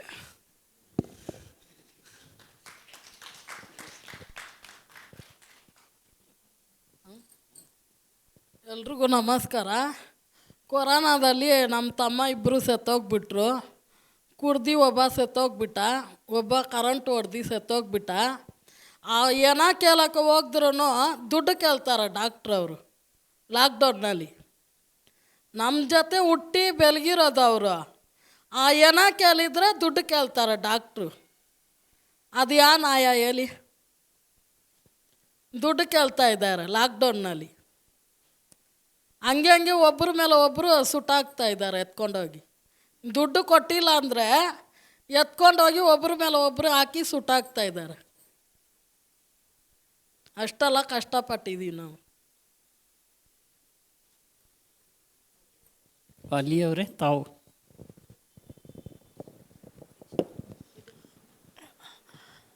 ನನ್ನ ಹೆಸರು ವಲ್ಲಿ ಅಂತ. ಈ ಕೊರೋನಾ ಟೈಮಲ್ಲಿ 3 ವರ್ಷ ನಾವು ಯಾರೂ ಆಚೆ ಬರಲ್ಲ, ಆದರೆ ನಾವು ಕೆಲಸ ಮಾಡ್ತಾಯಿದ್ದೀವಿ ಬಂದು. ಆವಾಗೂ ಇನ್ನೂ ಸ್ವಲ್ಪ ನಮಗೆ ಸಂಬಳ ಹಾಕ್ಕೊಡ್ಬೇಕಂತ ಅವರು ಗ್ಯಾಪ್ಸ್ಕೊಂಡು ಬಂದಿಲ್ಲ. ಎಲ್ಲ ನೀರು ಕುಡಿಯೋಕ್ಕೂ ಇಲ್ಲ, ನಮಗೆ ನೀರು ಕೊಡಲ್ಲ ಆಚೆ. ಯಾಕಂದರೆ ಅವ್ರಿಗೆಲ್ಲಿ ಕೊರೋನಾ ಬಂದುಬಿಡ್ತಾರೆ, ಇವ್ರು ಹಸೆ ಕೆಲಸ ಮಾಡ್ತಾರೆ. ಎಷ್ಟೋ 100 ಜನ 100 ಮನೇಲಿ ಕಸ ಇರ್ತಾರೆ, ನಮಗೆಲ್ಲಿ ಕೊರೋನಾ ಬಂದುಬಿಡ್ತಾರಂತ ಒಬ್ಬರು ನೀರು ಕೊಡೋಲ್ಲ. ಬಿಸಿಲಲ್ಲಿ ಕೆಲಸ ಮಾಡ್ತೀವಿ, ಇಕ್ಕಮ್ಮ ಸ್ವಲ್ಪ ನೀರು ಕುಡಿ, ಇಷ್ಟು ಬಿಸಿಲಲ್ಲಿ ಕೆಲಸ ಮಾಡ್ತಾರಲ್ಲ ಅಂತ ಒಂದು ಗ್ಲಾಸ್ ನೀರು ಕೊಡೋಲ್ಲ. ಕೇಳಿದ್ರೆ ಅಲ್ಲಿ ನಿಂತ್ಕಮ್ಮ ನೀರು ಕೊಡ್ತೀನಿ ಅಂತ ಬಾಟ್ಲೆ ತಿಂಗಿ ಬಿಸಾಕ್ತಾರೆ ನೀರನ್ನ. ನಾವು ಹಸೆ ಕೆಲಸ ಮಾಡ್ತೀವಿ ಅಂತ. ಈ ಕೊರೋನಾ 3 ವರ್ಷದಿಂದ ನಾವು ಮಾಡ್ತಾನೇ ಇದ್ದೀವಿ. ಒಂದು ದಿವಸ ನಮ್ಗೆ ರಜಾ ಕೊಡೋಲ್ಲ. ಆವಾಗೂ ನಮಗೆ ಸಂಬಳ ಕೊಡಬೇಕಂತ ಗೌರ್ಮೆಂಟ್ಗೆ ಜ್ಞಾಪಕ ಬಂದಿಲ್ಲ. ಇಷ್ಟೆಲ್ಲ ಕಷ್ಟಪಡ್ತಾರೆ. ಈ ಕೊರೋನಾ ಟೈಮಲ್ಲಿ ಅಕ್ಕಿ ಇಲ್ಲ, ಮನೆ ರೇಷನ್ ಇಲ್ಲ. ಈಗ ಸಂಬಳ ಬಂದಿದೆ, ಏನೋ ದಿವಸ ಆಗಿತ್ತು. ಆದರೆ ಆಚೆ ಯಾರು ಏನು ಕೊಡ್ತಾ ಇಲ್ಲ. ನಮ್ಗೆ ಕೆಲಸಕ್ಕೆ ಒಂದು ದಿವಸನೂ ರಜಾ ಕೊಡ್ತಾ ಇಲ್ಲ. ಇದು ಸ್ವಲ್ಪ ಹೇಳ್ಬೇಕು ಅವ್ರಿಗೆ. ಒಂದು ದಿವಸನೂ ರಜಾ ಕೊಡೋಲ್ಲ ನಮಗೆ. 3 ಮಕ್ಕಳು ಇದ್ದಾರೆ. ಇಲ್ಲಿ ಸಂಬಳ ಕೊಡಲಿಲ್ವಾ? ಸಂಬಳ ಕೊಟ್ಟರು ಸರ್, ಸಂಬಳ ಕೊಟ್ಟರು. ಒಂದು ದಿವಸನೂ ರಜಾ ಕೊಡ್ತಾ ಇಲ್ಲ ನಮಗೆ. ಬೆಳಗ್ಗೆ 6 ಗಂಟೆಗೆ ಬಂದು 2 ಗಂಟೆವರೆಗೂ ಕೆಲಸ ಮುಗಿಸ್ಕೊಂಡು ಹೋಗ್ತಾ ಇದ್ವು. ಸ್ನೇಹಿತರೆ, ನಮ್ಮ ಯೋಚನೆ ಪ್ರಕಾರ 3 ಪ್ರಶ್ನೆಗಳನ್ನು ಕೇಳಬೇಕಂತ ನಾವು ಪ್ಲ್ಯಾನ್ ಮಾಡಿದ್ದು. ಅದರಿಂದ 2ನೇ ಪ್ರಶ್ನೆಗೆ ಹೋಗ್ತೀನಿ ಈಗ. 2ನೇ ಪ್ರಶ್ನೆ ಏನಂದರೆ, ನಮ್ಮ ಅಭಿಪ್ರಾಯದಲ್ಲಿ ನಮ್ಮ ಭವಿಷ್ಯ ಯಾವ ರೀತಿ ಇರಬೇಕು, ವೈಯಕ್ತಿಕವಾಗಿ ನಮ್ಮ ಭವಿಷ್ಯ ಏನು, ನಮ್ಮ ಯೋಚನೆ ಅದ್ರ ಬಗ್ಗೆ, ನಮ್ಮ ಕುಟುಂಬಕ್ಕಾಗಿ ಮತ್ತು ನಮ್ಮ ಮಕ್ಕಳಿಗಾಗಿ ಏನು ಭವಿಷ್ಯವನ್ನು ನಾವು ಮುಂದೆ ನೋಡ್ತಿದ್ದೀವಿ. ಕೂಡ ಸ್ವಲ್ಪ ಶೇರ್ ಮಾಡಿದರೆ ಚೆನ್ನಾಗಿತ್ತು ಎಲ್ಲರೂ. ಚಾಲೆಂಜಸ್ ಹೇಳಿಬಿಟ್ಟು ನೀವು ಏನು ಚಾಲೆಂಜಸ್ ಅಂದರೆ ಸವಾಲುಗಳು, ನಿಮ್ಮ ದಿನನಿತ್ಯದಲ್ಲಿ ಏನೇನು ಸವಾಲಿದೆ ಅದನ್ನು ಹೇಳಿದ್ರೆ ಕೂಡ ಚೆನ್ನಾಗಿರುತ್ತೆ. ಎಲ್ಲರೂ ಸವಾಲು ಹೇಳ್ಬಿಟ್ಟು ಮುಂದೆ ನಿಮ್ಮ ಆಕಾಂಕ್ಷೆಗಳನ್ನ ಕಂಟಿನ್ಯೂ ಮಾಡ್ಬೋದು. ನಾನು ಫಸ್ಟು ವೇಸ್ಟ್ ಪಿಕರಾಗಿ ಕೆಲಸ ಮಾಡ್ತಿರ್ಬೇಕಾದ್ರೆ ಜಾಸ್ತಿ ಎದುರಿಸಿದ್ದೀನಿ. ಬಟ್ ರೋಡಲ್ಲಿ ಕಸ ಹಾಯಕ್ಕೆ ಹೋಗ್ಬೇಕಾದ್ರೆ ಬೆಳಗಿನ ಜಾವ 5 ಗಂಟೆ 4 ಗಂಟೆಗೆ ಎದ್ದು ಹೋದ್ರೇ ನಮ್ಗೆ ವೇಸ್ಟ್ ಸಿಗ್ತಾಯಿತ್ತು. ಆವಾಗ ನಾಯಿಗಳು ತರ್ಮ್ಕೊಂಡು ಬರೋದು, ಪಬ್ಲಿಕ್ನು ಕೆಲವೊಬ್ಬರು ಸುಮ್ಮನೆ ಹೋಗೋರು, ಕೆಲವೊಬ್ಬರು ಏನಮ್ಮ ಇಷ್ಟೊತ್ತಿಗೆ ನಿಮ್ಗೇನು ಮಾಡೋಕ್ಕೆ ಕೆಲಸ ಇಲ್ವಾ, ನಡೀರಿ ಆ ಕಡೆಗೆ ಅಂತ ತುಂಬ ಇದಾಗಿ ಮಾತಾಡ್ತಾಯಿದ್ರು. ಈಗ ಬಂದ್ಬಿಟ್ಟು ಡೋರ್ ಟು ಡೋರ್ ಕಲೆಕ್ಷನ್ಗೆ ಹೋಗ್ತಾ ಇರೋದ್ರಿಂದ ರೆಸ್ಪೆಕ್ಟ್ ಕೊಡ್ತಾರೆ. ನಮ್ಮ ಗಾಡಿ ಹೋಗಿ ಹಾರನ್ ನೋಡಿದ ತಕ್ಷಣ, ಇದು ಸ್ಪೀಕರ್ ಆನ್ ಮಾಡಿದ ತಕ್ಷಣವೇ ಬಂದು ಗಾಡಿ ಹತ್ರ ತಂದು ವೇಸ್ಟು ಕೊಡ್ತಾರೆ. ಆವಾಗೂ ಇವಾಗೂ ತುಂಬ ಬದಲಾವಣೆ ಇದೆ. ನನ್ನ ಆಸೆ ಏನಂದರೆ, ನನ್ನ ಮಕ್ಕಳು ಎಲ್ಲ ಮಕ್ಕಳು ಓದ್ಬಿಟ್ಟು ಎಲ್ಲ ಇಂಜಿನಿಯರು ಡಾಕ್ಟ್ರೇ ಆಗಬೇಕಂದ್ರೆ ಆಗಲ್ಲ. ನನ್ನ ಮಕ್ಕಳು ವೇಸ್ಟಲ್ಲೇ ನನಗಿಂತ ಸ್ವಲ್ಪ ಉತ್ತಮ ಸ್ಥಾನದಲ್ಲಿ ಅವ್ರು ಕೆಲಸ ಮಾಡಬೇಕು ಅಂತ ನಾನು ಆಸೆ ಬೀಳ್ತೀನಿ. ಒಂದು ಕಂಪ್ನಿ ಓಪನ್ ಮಾಡಿ, ಒಂದು ಕಂಪ್ನಿ ಇದರಲ್ಲಿ ಕಾಂಟ್ರಾಕ್ಟ್ಗಳು ತಗೊಂಡು ಅವ್ರು ವೇಸ್ಟ್ ಮ್ಯಾನೇಜ್ಮೆಂಟ್ ಮಾಡಬೇಕಂತಲೇ ನಾನು ಆಸೆ ಬೀಳ್ತೀನಿ. ಯಾಕಂದರೆ ವೇಸ್ಟ್ ಅಂತ ನಾವು ಚೀಪಾಗಿ ತಿಳ್ಕೊತೀವಿ. ಆದರೆ ಪಬ್ಲಿಕ್ಕು ನಾನು ಟ್ಯಾಂಕ್ಸ್ ಹೇಳ್ತೀನಿ. ಇವತ್ತು ನಾನು ಅಷ್ಟು ಜನಕ್ಕೆ ಕೆಲಸ ಕೊಟ್ಟಿಲ್ಲ, ಪಬ್ಲಿಕ್ ಕೊಟ್ಟಿರೋದು. ಪಬ್ಲಿಕ್ ವೇಸ್ಟಿಂದ ತಗೊಂಬಂದು ನಾವು ಸಗ್ರಿಗೇಷನ್ ಮಾಡ್ತೀವಿ ಅಂದರೆ, ಅವರು ವೇಸ್ಟೇ ಕೊಟ್ಟಿಲ್ಲ ಅಂದರೆ ನಮ್ಗೆ ಸಗ್ರಿಗೇಷನ್ ಮಾಡೋಕ್ಕೆ ಅಷ್ಟು ಜನಕ್ಕೆ ಕೆಲಸ ಸಿಗ್ತಾ ಇರಲಿಲ್ಲ. ನಾನು ಪಬ್ಲಿಕ್ಕು ಟ್ಯಾಂಕ್ಸ್ ಹೇಳ್ತೀನಿ. ನಾನು ಮುಂದಕ್ಕೂ ವೇಸ್ಟಲ್ಲೇ ಬೆಳಿಬೇಕಂತ ಆಸೆ ಬೀಳ್ತೀನಿ. ನನ್ನ ಚಾಲೆಂಜ್ ಏನೆಂದರೆ, ನಾನು ಚಿಕ್ಕಪೇಟೆ, ಮಾಮಿಲ್ಪೇಟೆ, ಅವನಿ ರೋಡು, ಕಲಾಸಿಪಾಳ್ಯ, ಧರ್ಮರಾಜ ದೇವಸ್ಥಾನ ಇಷ್ಟು ದೂರನೂ ನಾನು ಕೈಯಲ್ಲೇ ಪೇಪರ್ ಹಾಯ್ಕೊಂಡು ಬಂದಿದ್ದೀನಿ. ಇನ್ಮೇಲೆ ಗಾಡಿ ಕಲ್ತ್ಕೊಂಡು ಗಾಡಿಯಲ್ಲಿ ನಾನು ಪೇಪರ್ ವೇಸ್ಟ್ ತಗೊಳ್ಬೇಕು ಅನ್ನೋ ಒಂದು ಚಾಲೆಂಜ್ ತಗೊಂಡಿದ್ದೀನಿ. ಇನ್ನೂ ಮಾಡಿಲ್ಲ, ಮುಂದಕ್ಕೆ ಮಾಡ್ತೀನಿ. ಅದು ನನ್ನ ಚಾಲೆಂಜಿ. ನಾನು ವೇಸ್ಟ್ ಪಿಕ್ಕರ್ ಆದ್ರೂ ನಮ್ಮ ಮಕ್ಕಳು ವೇಸ್ಟ್ ಪಿಕ್ಕರ್ ಆಗಿ ಇರಬಾರ್ದು. ನನಗೆ ನಮ್ಮ ಮಕ್ಕಳು ಒಳ್ಳೆ ಎಲ್ಲನ ಕಂಪ್ನಿಯಲ್ಲೋ ಎಲ್ಲನ ಆಫೀಸಲ್ಲೋ ಕೆಲಸ ಮಾಡಬೇಕು. ನನಗೆ ಅದೇ ಖುಷಿ. ನಾನು ವೇಸ್ಟ್ ಪಿಕ್ಕರಲ್ಲಿ ಎಷ್ಟೋ ಅನುಭವ ಮಾಡಿದ್ದೀನಿ, ಎಷ್ಟೋ ಕಷ್ಟಪಟ್ಟಿದ್ದೀನಿ. ಎಷ್ಟೋ ಜನ ನಮ್ಗೆ ಬೈದಿದ್ದಾರೆ, ಹೊಡೆದಿದ್ದಾರೆ. ಮಳೆಯಿಂದ ಗಾಳಿಯಿಂದ ಎಲ್ಲ ಸುತ್ತಾಡಿ ತಿರುಗಾಡ್ಬಿಟ್ಟಿದ್ದೀನಿ. ಇದ್ರೂ ನನ್ನ ಚಾಲೆಂಜ್ ಏನೆಂದರೆ, ಎಷ್ಟೋ ತಿರುಗಾಡಿ ಪೇಪರ್ ಕೈಯಲ್ಲೇ ತಲೆ ಮೇಲೆ ಎಲ್ಲ ಎಳ್ಕೊಂಡು, ಕೈಯಲ್ಲಿ ಎಳ್ಕೊಂಡು ತಲೆ ಮೇಲೆ ಎಳ್ಕೊಂಡು ಎಲ್ಲ ಬಂದಿದ್ದೀನಿ. ಇನ್ಮೇಲೆ ಗಾಡಿ ಕಲ್ತ್ಕೊಂಡು ಗಾಡಿಯಲ್ಲಿ ಪೇಪರ್ ಹಾಯ್ಕೊಂಡು ಬರಬೇಕು ನನ್ನ ಆಸೆ. ಅದು ನಾನು ಮಾಡ್ತೀನಿ. ಇದ್ರೂ ನಮ್ಮ ಮಕ್ಕಳು ನನ್ನ ಥರ ವೇಸ್ಟ್ ಪಿಕ್ಕರ್ ಆಗಬಾರ್ದು. ನಿಮ್ಮ ಥರ ಎಲ್ಲನ ಒಂದು ಕಂಪ್ನಿಯಲ್ಲಿ ಎಲ್ಲನ ಒಂದು ಜಾಗ ಕೆಲಸ ಮಾಡಬೇಕು. ಅದೇ ನನ್ನ ಖುಷಿ, ನನ್ನ ಚಾಲೆಂಜ್. ಸರ್, ನಾನು ಈ ಕೆಲಸ ಮಾಡಬೇಕಾದ್ರೆ ಜನ ಎಲ್ಲ ಅಸಹ್ಯ ಬೀಳ್ತಾರಲ್ಲ, ನಮ್ಮ ತಮ್ಮ ನಮ್ಮ ಅಣ್ಣವರು ಯಾರು ಈ ಥರ ಕೆಲಸ ಮಾಡಬಾರ್ದು. ಯಾರೋ ಒಂದು, ನಾನಂತೂ ಇಂಥ ಗಲೀಜು ಕೆಲಸ ಮಾಡ್ತೇನೆ, ನಮ್ಮ ತಮ್ಮ ಅಣ್ಣ ಆಗಲಿ ಅವ್ರು ಏನೇ ಒಂದು ಉದ್ಯೋಗವಾಗಿ ಇರಬೇಕು ಅಂತೇಳಿ ನನ್ನ ಉದ್ದೇಶ. ಇವಾಗ ನಮ್ಮ ತಮ್ಮಗೊಬ್ಬನಿಗೆ ಡಾಕ್ಟ್ರ್ ಓದಿಸ್ತಾ ಇದ್ದೀನಿ, ಒಬ್ಬನು ಇವಾಗ 2nd ಇಯರ್ ಇದ್ದಾನೆ. ನಮ್ಮ ಹೆಂಗಸರಿಗೆ ಒಂದು ಚೂರು ಈಚೆ ಬರಲಾರ್ದಂಗೆ ನೋಡ್ಕೋಬೇಕು. ನಾನಂತೂ ಚಿಕ್ಕ ವಯಸ್ಸಿಂದ, ನಾನು 8 ವರ್ಷ ಮಗುವಿಂದ ಈಚೆನೇ ದುಡಿತಾ ಇದ್ದೀನಿ. ಇನ್ನೂವರೆಗೂ ತಂದೆ ತಾಯಿ ಬಲ್ಲಿ ಹೋದರೆ 1 ವಾರ ಆದರೆ 1 ತಿಂಗಳಿದ್ದಂಗೆ ನಾನು 2 ಇಲ್ಲ 3 ದಿವಸ ಇರ್ತೀನಿ. ಅಷ್ಟರಲ್ಲಿ ಮತ್ತೆ ವಾಪಸ್ ಬಂದುಬಿಡ್ತೀನಿ. ನನಗೇನು ಉದ್ದೇಶ ಅಂದರೆ ಕೆಲಸನೇ ಮಾಡಬೇಕು. ಫ್ರೀಯಾಗಿ ಓಡಾಡಿದ್ರೆ ಯಾರು ಏನು ಅನ್ಕೊತಾರೆ, ಏನಪ್ಪ ಇವ್ನು ಹಿಂಗೆ ಓಡಾಡ್ತಾ ಇರ್ತಾನೆ ಅಂತಾರೆ ಅಂತ ಹೇಳ್ಬಿಟ್ಟು ನಾನು ಕೆಲಸನೇ ಮಾಡ್ತೀನಿ. ನಮ್ಮ ತಮ್ಮ, ನಮ್ಮ ತಾಯಿ, ನಮ್ಮ ಹೆಂಗಸರೆಲ್ಲ ಯಾರನ್ನೂ ಇಂಥ ಗಲೀಜು ಕೆಲಸ ಮಾಡಬಾರ್ದು ಅಂತೇಳಿ ನಾನು ಉದ್ದೇಶ ಸರ್. ನಾನು ಒಬ್ಬನೇ ಸಾಯೋವರೆಗೂ ಆಗಲಿ ಬೇಕಾದ್ರೆ ಇದೇ ಕೆಲಸ ಮಾಡ್ತೀನಿ. ಅಂದರೆ ನಮ್ಮ ತಾಯಿ, ನಮ್ಮ ಅಣ್ಣ ತಮ್ಮರಿಗೆ ಮಾತ್ರ, ನಮ್ಮ ಹೆಂಗಸರಿಗೆ, ನಮ್ಮ ಮಕ್ಕಳಿಗೆ ಇದು ಕೆಲಸ ಬೇಡ ಅಂತ ಸರ್, ಅಷ್ಟೇ ಉದ್ದೇಶ ನಂದು. ನಿಮ್ಮ ಅಮ್ಮ ಎಲ್ಲ ನಿಮ್ಮ ಜೊತೆ ಇದ್ದಾರಾ? ಇದ್ದಾರೆ ಸರ್. ನಮ್ಮ ತಾಯಿ ಬರ್ತಾರೆ ಸರ್, ಇಲ್ಲಿಗೂ ಬರ್ತಾರೆ. ನಮ್ಮ ತಾಯಿ ಬರ್ತಾರೆ, ನಮ್ಮ ಅಣ್ಣ ತಮ್ಮರು ಬರ್ತಾರೆ ಹೋಗ್ತಾರೆ ಸರ್. ಚಿತ್ರ ಅವರೇ, ತಮ್ಮ ಅಭಿಪ್ರಾಯ? ನಮಗೆ ಟಾಯ್ಲೆಟ್ ಬೇಕು ಸ್ವಂತವಾಗಿ. ಟಾಯ್ಲೆಟ್ ಬಾತ್ರೂಮ್ಗೆ ಹೋಗ್ತಾರಲ್ಲ, ಅದು ಬೇಕು ನಮಗೆ. ನಮ್ಮನ್ನು ನೋಡಿದ್ರೆ ಯಾರು ಕೆಲಸನೂ ಕೊಡಲ್ಲ. ಆ ಬಾತ್ರೂಮ್ ಇದ್ದರೆ ಮೈಂಟೈನ್ ಮಾಡ್ಕೊಂಡು ಹೋಗ್ತೀವಿ ನಾವು. ಹಾಂ, ನಮ್ಮನ್ನು ನೋಡಿದ್ರೆ ಯಾರು ಕೆಲಸನೂ ಕೊಡಲ್ಲ ಸರ್. ಅದೇ ಒಂದು ಸ್ವಂತವಾಗಿ ಇದ್ದರೆ ಒಳ್ಳೆಯದು ಸರ್, ಸ್ವಲ್ಪ ಹೆಲ್ಪ್ ಮಾಡಿದ್ರೆ. ನಾನು ಒಬ್ಬಳೇ ಮಗಳು. ನಮ್ಮ ಅಮ್ಮನಿಗೆ ನಾನು ಒಬ್ಬಳೇ ಅಲ್ಲ, ನಾನು ಪೇಪರ್ 5 ಕಷ್ಟಪಟ್ಟೆ. ನಮ್ಮ ಮಕ್ಕಳು 3 ಜನ ಇದ್ದಾರೆ, ಓದಿಸಿಲ್ಲ. ಆದರೆ 3 ಜನಕ್ಕೆ ಮದುವೆ ಮಾಡಿದ್ದೀನಿ. ನನಗೆ ಯಾರು ಸಪೋರ್ಟ್ ಮಾಡೋರಿಲ್ಲ. ನಾನು ಒಬ್ಬಳೇ ದುಡ್ದು ಅವ್ರು 3 ಜನಕ್ಕೆ ಮದುವೆ ಮಾಡಿದ್ದೀನಿ. ನಮ್ಮ ದೊಡ್ಡ ಮಗಳು 2 ಹೆಣ್ಮಕ್ಳು, ಅವ್ರ ಯಜಮಾನ್ರೇ ತೀರು ಹೋಗಿದ್ದಾರೆ. ಅದು ಒಂದೇ ಕಷ್ಟ ನನಗೆ. ಚಾಲೆಂಜ್ ಮಾಡ್ಕೊಂಡೆ ಅವರನ್ನ ಬದುಕಿಸ್ತೀನಿ ನಾನು ಒಬ್ಬಳೇ. ನಮ್ಮ ಯಜಮಾನ್ ಸಪೋರ್ಟ್ ಇಲ್ಲ, ನಮ್ಮ ಯಜಮಾನ್ರು ಏನು ದುಡ್ದು ಕೊಡೋಲ್ಲ. ಈ ಕೆಲಸವನ್ನೇ ಮಾಡ್ಕೊಂಡೆ ನಾನು ಅವ್ರನ್ನ ಚಾಲೆಂಜ್ ಮಾಡಿಕೊಂಡು ಬದುಕ್ತಾ ಇದ್ದೀನಿ. ನಿಮ್ಮ ಚಾಲೆಂಜಸ್ ಆಯಿತು. ಇವಾಗ ನಿಮಗೆ ಮುಂದೆ ಏನು ಆಸೆ ಇದೆ, ಆಕಾಂಕ್ಷೆ ಇದೆ, ಅದನ್ನು ನೀವು ಹೇಳ್ಬೋದಾ? ನಮ್ಮ ಮಕ್ಕಳಿಗೆ ಮನೆ ಕೊಡಬೇಕು. ಮನೆ ಬಾಡಿಗೆ ಮನೇಲಿದ್ದೀನಿ. ಒಂದು ಸ್ವಂತ ಮನೆ ಬೇಕು ನನಗೆ. ಅದಿದ್ರೆ ಸ್ವಲ್ಪ ಇದಾಗುತ್ತೆ. ಸ್ವಂತ ಮನೆ ಇರಬೇಕು, ಅದು ಕಟ್ಟಬೇಕಂತ ನನಗೆ ಆಸೆ. ನಾವು ಚೆನ್ನಾಗಿ ದುಡ್ದು ಮನೆ ಕಟ್ಟಬೇಕು. ನಮ್ಮ ಮಕ್ಕಳಿಗೆ ಮನೆ ಇರಬೇಕು. ನಾವು ಬಾಡಿಗೆ ಮನೇಲಿ ಇದ್ದೀವಿ, ನಮ್ಮ ಮಕ್ಕಳಾದರೂ ಸ್ವಂತ ಮನೇಲಿ ಇರಬೇಕು ಅಂತ ಆಸೆ ನನಗೆ. So may we move to the last question. 3ನೇ ಪ್ರಶ್ನೆ. The organizers suggested that I should also mention the question in English. So the last one is, what are your suggestions? That's the panelists, obviously. Suggestions of panelists to improve civil services, civic services. ಕನ್ನಡದಲ್ಲಿ ನಾವು ಯಾವ ಕೆಲಸ ಮಾಡ್ತಿದ್ದೀವೋ ನಮ್ಮ ಕ್ಷೇತ್ರದಲ್ಲಿ ಅದನ್ನು ಇನ್ನೂ ಉತ್ತಮವಾದ ರೀತಿಯಲ್ಲಿ ಮಾಡಲಿಕ್ಕೆ ನಮ್ಮ ಸಲಹೆಗಳು ಏನು ಅಂತ. ಸೊ ಅದು ಎಲ್ಲರೂ ಒಂದೊಂದಾಗಿ ಹೇಳಬೇಕಂತ ಕೇಳ್ಕೊತೀನಿ. ಇವಾಗ ನಾವು ಡೋರ್ ಟು ಡೋರ್ ಕಲೆಕ್ಷನ್ ಮಾಡ್ತಾ ಇದ್ದೀವಲ್ಲ, ಅದು ಹಂಗೆ ಕಂಟಿನ್ಯೂ ಆಗಬೇಕು. ಮತ್ತು ಇವಾಗ ಕೆಲವೊಂದು ಸಗ್ರಿಗೇಷನ್ ಇವಾಗೂ ಬರ್ತಾ ಇಲ್ಲ. ತಗೊಂಬಂದು ರೋಡಿಗೆ ಬಿಸಾಕೋದು. ರೋಡಿಗೆ ಬಿಸಾಕಿದರೆ ಏನಾಗುತ್ತೆ, ನಾಯಿಗಳು ಎಳೀತದೆ, ಸ್ಮೆಲ್ ಬರುತ್ತೆ, ಸೊಳ್ಳೆಗಳು ಜಾಸ್ತಿ ಆಗುತ್ತೆ. ಅದೆಲ್ಲ ನಮಗೆ ಪ್ರಾಬ್ಲಮ್ ಆಗೋದ್ರಿಂದ ಅದೆಲ್ಲ ಕಂಟ್ರೋಲ್ ಮಾಡಬೇಕು. ಎಲ್ಲ ರೆಸ್ಟೋರೆಂಟೂ dry waste separate, wet waste separate ಕೊಟ್ಟರೆ ಚೆನ್ನಾಗಿರುತ್ತೆ. ಇದು ಹಿಂಗೆ ಕಂಟಿನ್ಯೂ ಮಾಡಬೇಕು. ಎಷ್ಟೋ ಜನಕ್ಕೆ ಅವ್ರಿಗೆ ಗೊತ್ತಿಲ್ದಿರೋ ಅವ್ರು ಕೆಲಸ ಕೊಡ್ತಾಯಿದ್ದಾರೆ. ಬಟ್ ಅವ್ರು ತಿಳ್ಕೊಬೋದು, ಈ ಡ್ರೈ ವೇಸ್ಟ್ ಏನು ಬರುತ್ತೆ, ಕಸ ಇದು ಅಂದ್ಕೋಬೋದು. ಬಟ್ ವೆಟ್ ವೇಸ್ಟ್ ಸಪ್ರೇಟ್ ಕೊಡೋದ್ರಿಂದ ಅದು ಗೊಬ್ಬರ ಆಗುತ್ತೆ. ಮಿಕ್ಸ್ ಕೊಟ್ಟರೆ ಲ್ಯಾಂಡ್ ಫಿಲ್ಗೆ ಹೋಗುತ್ತೆ, ಫುಲ್ ಲ್ಯಾಂಡ್ ಫಿಲ್ ಆಗುತ್ತೆ. ಅದು ನಮಗೆ ಪ್ರಾಬ್ಲಮ್ ನಾಳೆ. ಅದು ನಮ್ಗೆ ನಾವು ಅರ್ಥ ಮಾಡ್ಕೊಂಡು ಡ್ರೈ ವೇಸ್ಟು ವೆಟ್ ವೇಸ್ಟ್ ಸಪ್ರೇಟಾಗಿ ಕೊಟ್ಟು ನನ್ನಂಥವ್ರಿಗೆ ಎಷ್ಟೋ ಜನಕ್ಕೆ ಜೀವನ ಕೊಡ್ರಿ ಅಂತ ನಾನು ಕೈ ಮುಗಿದು ಕೇಳ್ಕೊತಾ ಇದ್ದೀನಿ. ಏನು ಮಾಡಬೇಕು ನೀವು? ಹೆಂಗೆ ಅವ್ರಿಗೆ ಕಲಿಸಿ ಕೊಡಬೇಕು ನೀವು? ಸರ್, ಡ್ರೈ ವೇಸ್ಟು ಸಪ್ರೇಟಾಗಿ ಎಲ್ಲ ಕೂತ್ಕೊಂಬಿಡಿ. ಕೊಟ್ಟರೆ ಹೆಂಗೆ ಅರ್ಥ ಮಾಡಿಸೋದು ಹೆಂಗೆ ಅವರಿಗೆ?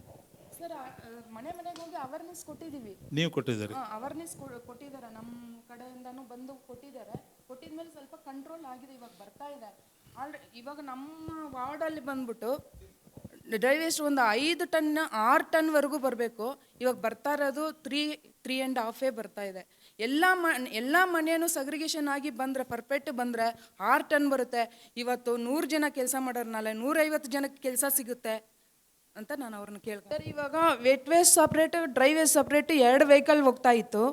ಇವಾಗ ಮತ್ತೆ ಅದೇ ಪರಿಸ್ಥಿತಿಗೆ ತರೋಕ್ಕೆ ಪ್ಲಾನ್ ಮಾಡ್ತಿದ್ದಾರೆ. ಡ್ರೈ ವೆಟ್ಟು ಒಂದೇ ಗಾಡಿಗೆ ಕೊಡಬೇಕು ಅಂತ ಯೋಚನೆ ಮಾಡ್ತಿದ್ದಾರೆ. ಅದರಿಂದ ಎಷ್ಟು ತೊಂದರೆ ಅನುಭವಿಸ್ತೀವಿ ನಾವು ಅಂತ. ನನಗೆ ರೆಸಿಡೆಂಟ್ ಸಪೋರ್ಟ್ ಬೇಕು. ಇದರಿಂದ ರೆಸಿಡೆಂಟ್ಗೂ ಪ್ರಾಬ್ಲಮ್ ಆಗುತ್ತೆ. ಮಿಕ್ಸ್ ಹಾಕಿದರೆ ಒಂದಿನ ಗಾಡಿ ಬಂದಿಲ್ಲ ಅಂದರೆ ಮಾರನೇ ದಿವಸ ಸ್ಮೆಲ್ ಬರುತ್ತೆ ಮಿಕ್ಸ್ ಹಾಕೊಂಡ್ರೆ. ಅದೇ ಸಪ್ರೇಟ್ ಅಂತಂದರೆ ಡ್ರೈ ವೇಸ್ಟ್ ಗಾಡಿ ಡ್ರೈ ವೇಸ್ಟ್ ಎತ್ಕೊಂಡು ಹೋಗುತ್ತೆ, ವೆಟ್ ಗಾಡಿ ವೆಟ್ ಎತ್ಕೊಂಡು ಹೋಗುತ್ತೆ. ಇವ್ರು ಎತ್ಕೊಂಡೋಗಿ ಮಿಕ್ಸ್ ಎತ್ಕೊಂಡೋಗಿ ಎಲ್ಲಿ ಹಾಕ್ತಾರೆ? ಲ್ಯಾಂಡ್ ಫಿಲ್ ಮಾಡ್ತಾರೆ ಅಷ್ಟೇ. ಸಪ್ರೇಟ್ ಕೊಟ್ಟರೆ ವೆಟ್ ವೇಸ್ಟ್ ಗೊಬ್ಬರ ಮಾಡ್ತಾರೆ, ಡ್ರೈ ವೇಸ್ಟ್ ರೀಸಗ್ರೇಷನ್ ಆಗುತ್ತೆ.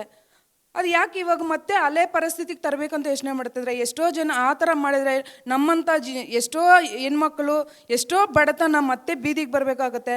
ನಮ್ಮ ಮಕ್ಕಳೆಲ್ಲ ಮತ್ತೆ ಬೀದಿಗೆ ಬರಬೇಕಾಗತ್ತೆ. ದಯವಿಟ್ಟು ನಾನು ರೆಸಿಡೆಂಟ್ ಕೇಳ್ಕೊತೀನಿ, ಇದಕ್ಕೆ ಮಾತ್ರ ನೀವು ಅವಕಾಶ ಮಾಡಿಕೊಡ್ಬೇಡ್ರಿ.